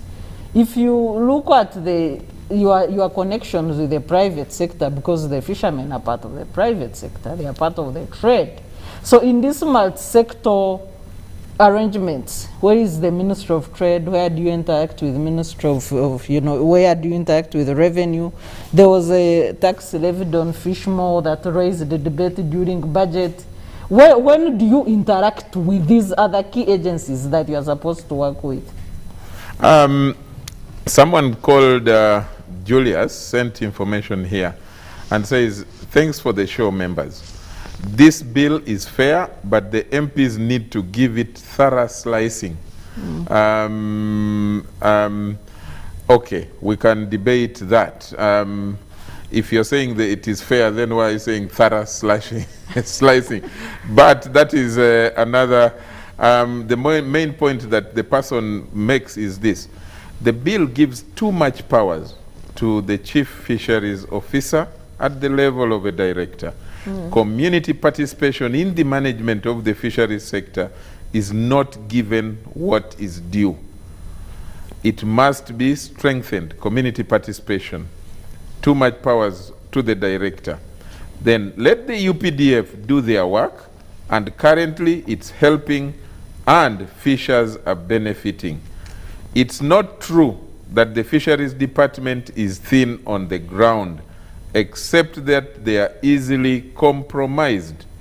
For example, the person says, in Panyimur sub-county in Pakwach district, this is around Lake Albert, premature fish is sold on the grounds of the fisheries station. That is the level of abuse that one is not wrong. I do agree. But even if you go on Lake Victoria, around Chigo, where even the enforcement camps, you will find there people fishing with Manila, people doing any other kind of illegal things. Yes, so... but let me make this point, Charles. Yes. Joyce, I think what we need at this point, and we did this deliberately, to bring this discussion to the public, because I personally and the producers picked it from Parliament that there was a very interesting discussion bill before the House, very critical. Fishing and fisheries is often hidden. Even in the agriculture sector, it is the other, farming on land and other activities, and then but not so much fishing. And yet it has a huge potential, probably even bigger than these others. So the thing you have to do, a lot of things are coming up. The engagement or involvement of the communities, of the ordinary people. Let's ensure that not just putting the law in place, but that the people are protected, that they participate, that they are regulated, but that they have to benefit from this resource. And I think that that is what is not coming out very clearly that the people are asking about. I don't know what you have to say about that, Joyce. Yeah, thank you very much. Attention to community participation. We have put in this bill co-management, and we are going to set up community structures right from the landing site up to national and joint, and even connect with the regional. These committees will be a mouthpiece for the communities through which they are able to raise up and engage with the government on issues that pertain to the fisheries sector. No, Madam Joyce, you have not answered the question I asked, and again you have repeated the same statement. Because you told us that... Why did you leave him, Charles? Why did you leave him to first? No, why did you leave her to first finish? Just shortly, bringing the BMU on board, it was involving the local communities. So for me personally, I wanted you to tell us, because we're senior in this department, what really failed the BMUs and what really failed the Marine Police. So if we say that let us put in the army because police has failed, what about in other ventures, like detecting crimes, doing what? We have got a lot of reports that need to be forwarded and the police has failed. Should we say we should dismantle the entire system of police and replace it with UPDF? Charles, I said earlier on, fisheries is a lucrative business. We are not just dealing with only indigenous people from the lake. We have got outsiders, you and me, owning hundreds of boats on those lakes.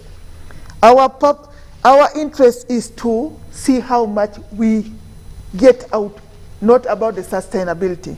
But we have created fora. Right now we have a stakeholder forum where we have people from all relevant MDS and this private sector, the industry, associations of fishermen.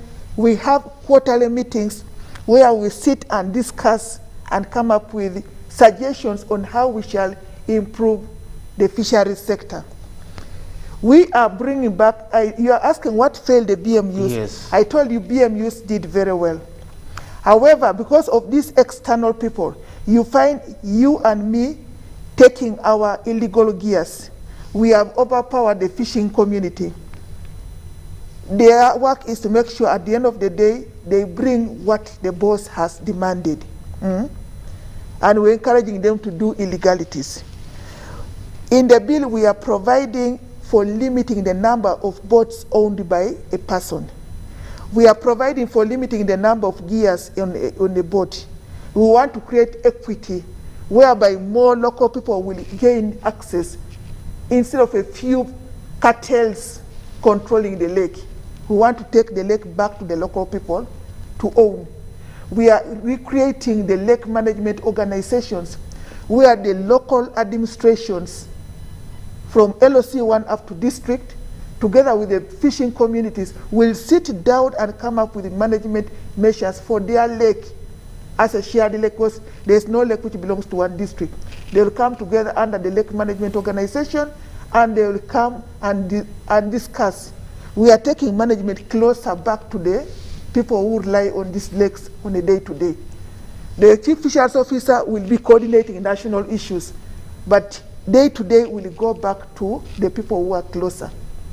Yeah, she talked about issues of opportunities. Yes, aquaculture is there, and we are inviting investors. Today, aquaculture has grown a lot because we have shared out information.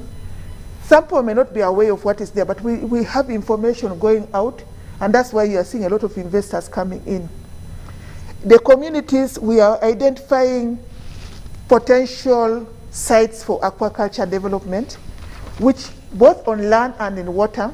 We are going to do what we call site suitability studies on the lakes, and we shall identify zones where we can establish cages, because not every part of the lake is suitable for a cage.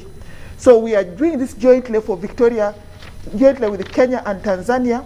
We shall map out areas where you can establish cages, because we are mindful of the environment. We want to develop aquaculture without destroying the environment.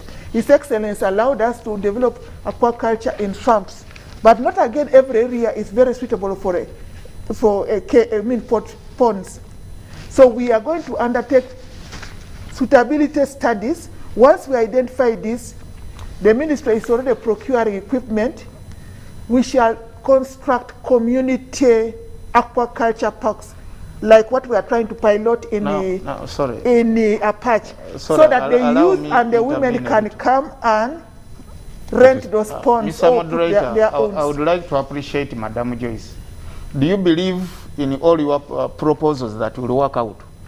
The ones you have said right now? Yes, they will work out. Okay, if they will, do all those proposals to need the FPU and the UPDF to bring them on board and into practice? Because that's where the query is. Again, Charles, I've told you, fisheries is more than just enforcement. There are other aspects of fisheries which I'm trying to explain, where technical people are playing a role. Even with the enforcement, we coordinate with the enforcement people. We provide them technical advice on what they do. Even when they arrest, they work with our staff in prosecution. They don't do the prosecution, because our people must be able to interpret the law, whether the fish they have arrested is truly immature. They call upon the fisher. The first FPU lot came with a wrong assumption that they were not supposed to work with anybody, and they made a lot of mistakes. But the current FPU work with the fishery staff. They are bringing the fishery staff on board to work with them. Of course, like any society, there is always black sheep. We don't deny that they are black sheep, but they are being handled according to the army laws. Once they are found, they are handled according. And on a daily basis, I receive situation briefs from every sector on what they have arrested, what they have found, what challenges they have met. They give me briefs. The first one was not talking to us. They did not report to us, not even to the minister or PS. They were independent. But this one works with us. They even have an office with a legal person. They have now a lawyer who sits in our offices. They work with us. Everything we move together. Okay. So there's a lot of improvement. Okay. We need to now start making conclusions as we wind up. We're left with, I think, under 10 minutes. I need the issue of the discussion was getting fit. You touched on the issue of, eventually you touched on the issue of the participation of the community, which for me I think is very important, especially that fish, just like any other natural resource, gold, forest, land, could name whatever it is a natural resource to benefit Ugandans. And for me, I would be interested in knowing more about how, as the sector, you can bring in the young people who need employment to add value to the fish, and but practice legal fishing, not illegal fishing. How you sensitize them that actually fishing is a very lucrative business, especially if they add value again. So you need to tell us as we begin to wind up, that in terms of a way forward. Charles, I know that the question of the involvement of the Army and the Ministry of Defense with that controversial proposal, I think is a very sticky issue. But I think that fishing and the fisheries sector is bigger than just that. And I wanted you to engage with Joyce at your level more, you as the legislator, her as the policy maker, and suggest even more. But I agree with her that it is a lot more than just enforcement, you see. So we need to widen that debate and challenge them, that's okay. But let's widen the debate, especially for you as people's representative, to ensure that even your people benefit from this resource. So maybe, Madam, you will be the last. Let me start with Sarah. Way forward, how should this be handled? How can we harness this natural resource called fish? First is, I think it would be good to have the speedy enactment of the bill under review, but after broader stakeholder consultations, especially with the people, the people directly engaged in the sector. I saw most of the business communities that have appeared before the committee. Some are the exporters, some, you've dealt with a high profile fishermen, if I may use fishermen in quotes. We want to see the involvement of local fishermen. We want to see the committee visiting these communities and directly consulting before you pass this bill, so that their input, their concerns are taken care of. But bills are never self-implementing. So we need to focus. But Sarah, isn't that now the role of Parliament? Yes, that's why I'm saying. It is no longer the role of Joyce. No, of course. But also Joyce is the implementer. She's the key implementer. Enforcement is implementing it. Yes. So, but we need to empower. Before even it goes through. So beyond the bill, we need to empower the Department of Fisheries Resources to be effective with the resources and enable it to put in place the required stakeholder coordination agencies, because them alone cannot, if you are looking at, cross-border trade, some of these water bodies are shared, like Lake Victoria. There is encroachment from Kenya. Fish has been depleted the side of Kenya. There is too much water pollution on that side. But also you have Lake Georgia and that, and all these other aspects. So you need to have a multi-sector agency that involves the Ministry of Trade, that involves URA, that involves the security agencies, that you are able to coordinate with on a regular, like the justice law and order sector, so that you become effective. Because otherwise, if you keep, nature as a vacuum, yeah. If you have a vacuum in enforcement, if you have a vacuum in monitoring and compliance, then you invite the people that now want to usurp your mandate. You have invited them through your inefficiencies. So we need to make sure that those gaps are closed and everybody stays in their line of duty and they are able to work and cooperate with other agencies. Thanks. We need more sensitization with the people, and we need subsidies going into the exportation of fish. Refrigeration costs are expensive. We have a niche in Europe, we have a niche in East Africa, we have a niche in Great Lakes region, as well as internal markets in Uganda. But the manner in which fish is processed, stored, supposed to be preserved is expensive, and there is a need for government input. Thank you so much, Sarah. Honorable Mapenduzi. Well, I think one, we need to look at how we can make good use of what we already have. And that requires the ministry, the people responsible in the sector, to provide leadership and make Ugandans begin to appreciate that actually whatever they're trying to do is in the interest of, promoting the sector, but also making the citizens gain a lot more from it. We should be able to look at the status now. Of course, as I stated, the fish population is going down, and if we don't act quickly, we will not be able to. There is need to look at the aspect of maximum sustainable yield, how we increase that. That calls for a lot more intervention, including supporting the aquaculture sector, subsector.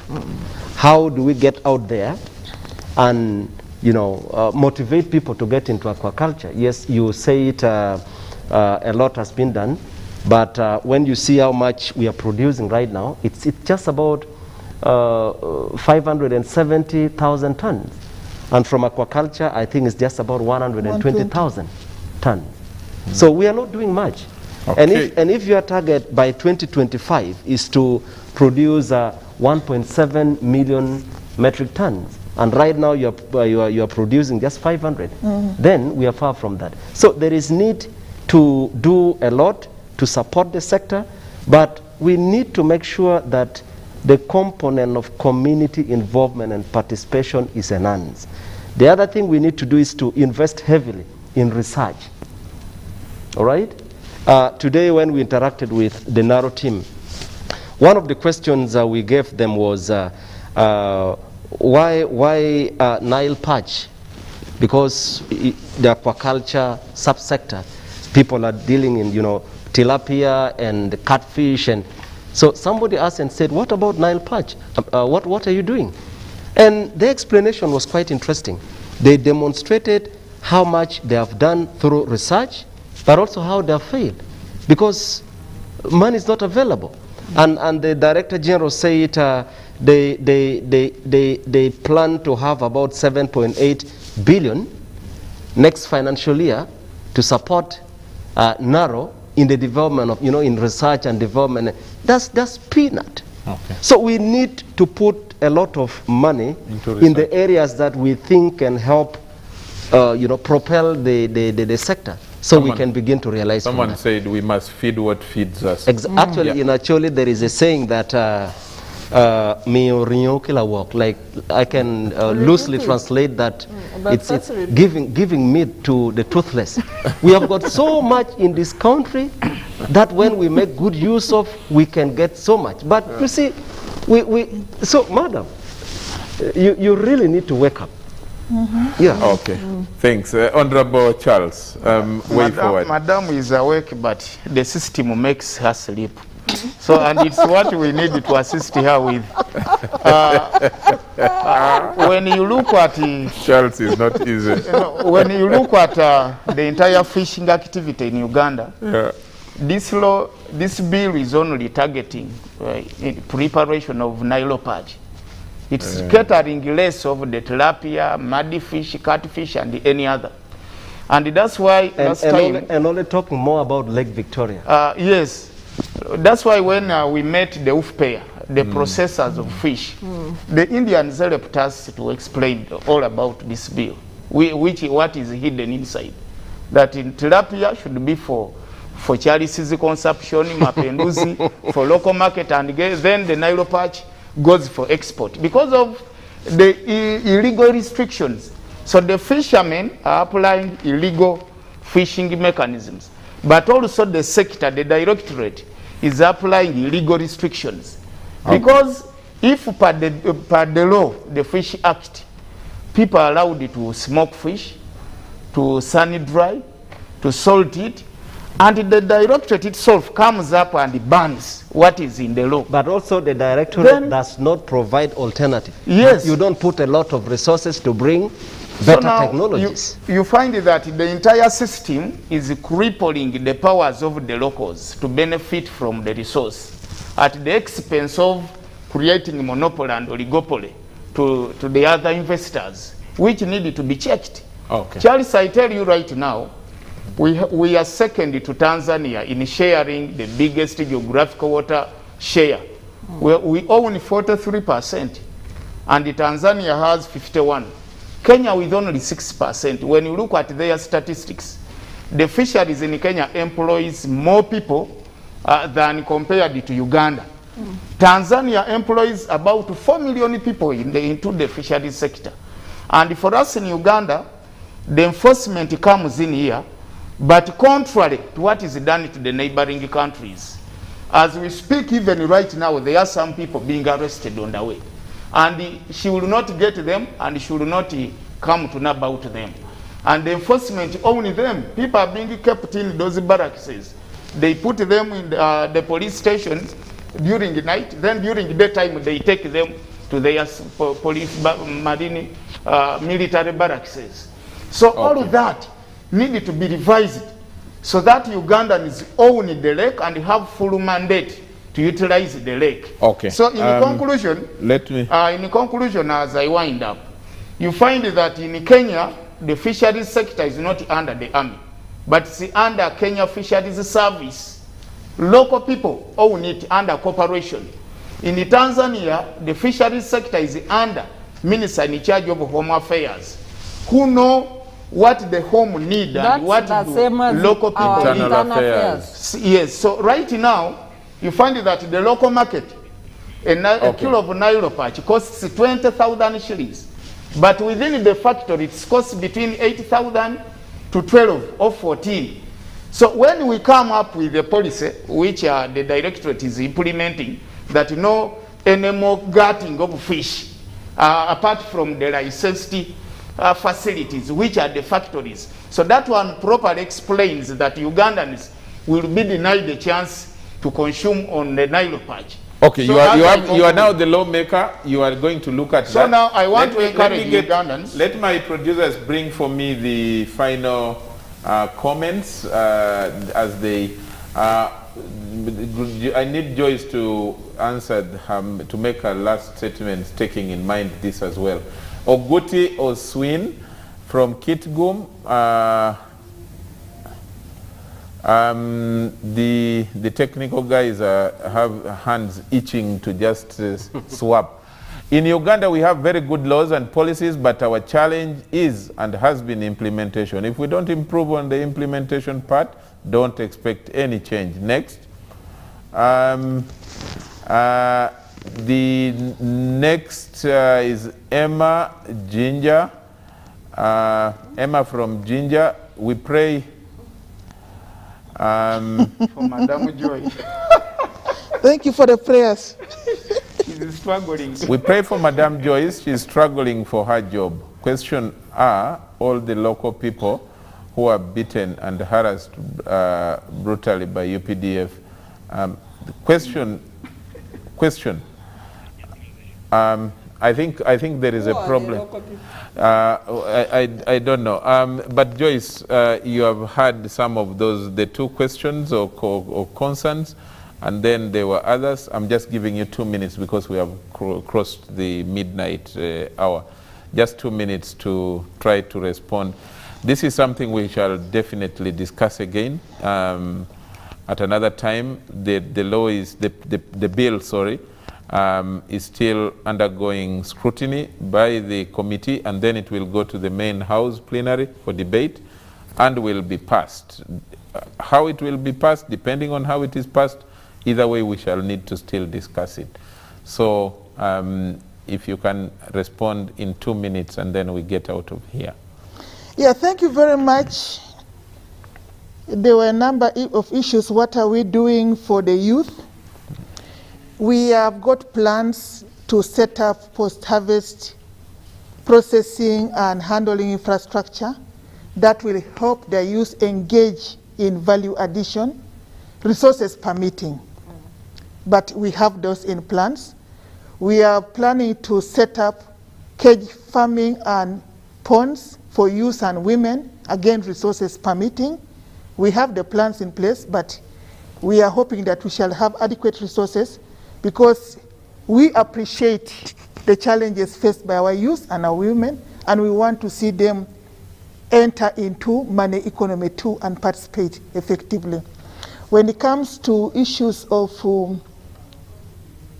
denying people gutting and smoking fish, yes, there was a temporal stoppage of smoking because they were trying to find out where this immature fish was being smoked.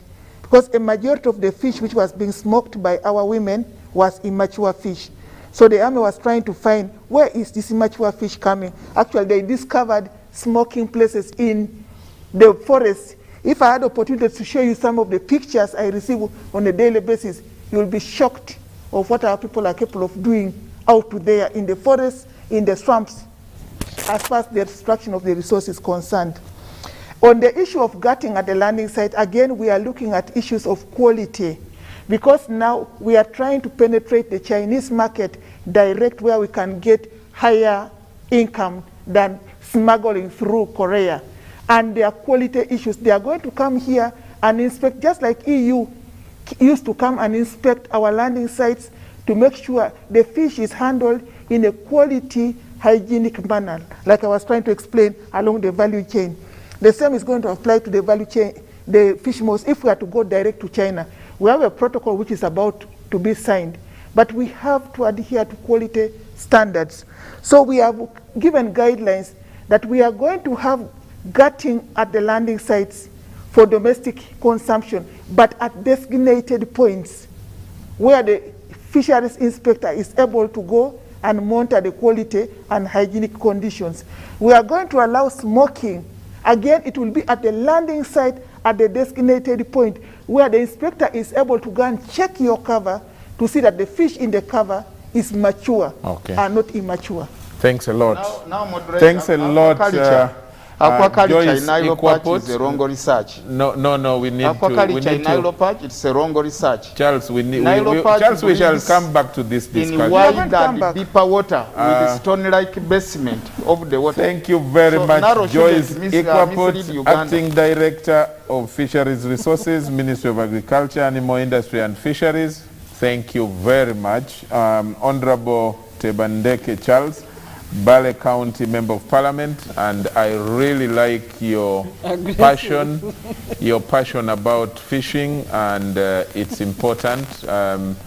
It involves the people's resource. Thank you very much, Honorable Ojara Mapenduzi, Member of Parliament, Gulu City, and thank you, Sarah Birete, Executive Director at the Center for Constitutional Governance. Thanks a lot to the team, the technical team, and to all of you, especially you out there in your sitting room who sits and listens to this program every Wednesday, 10 to midnight. Thank you very much. The repeat for this show is usually at 10 on Thursday, that's tomorrow, or later this morning. We wish you all God's grace. Thank you very much, and take care. COVID still exists. Be fine. Bye-bye.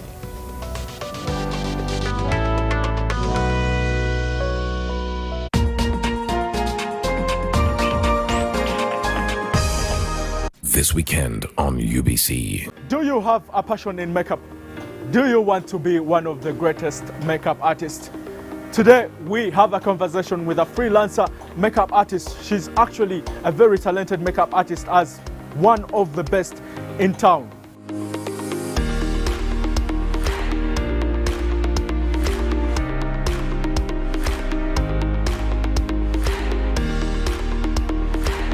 Hi, how are you? My name is Yvonne Namfuka Kasule. A lot of people just call me Yvonne. I'm 32 years old. I'm a makeup artist. Do men put on makeup? Yes, they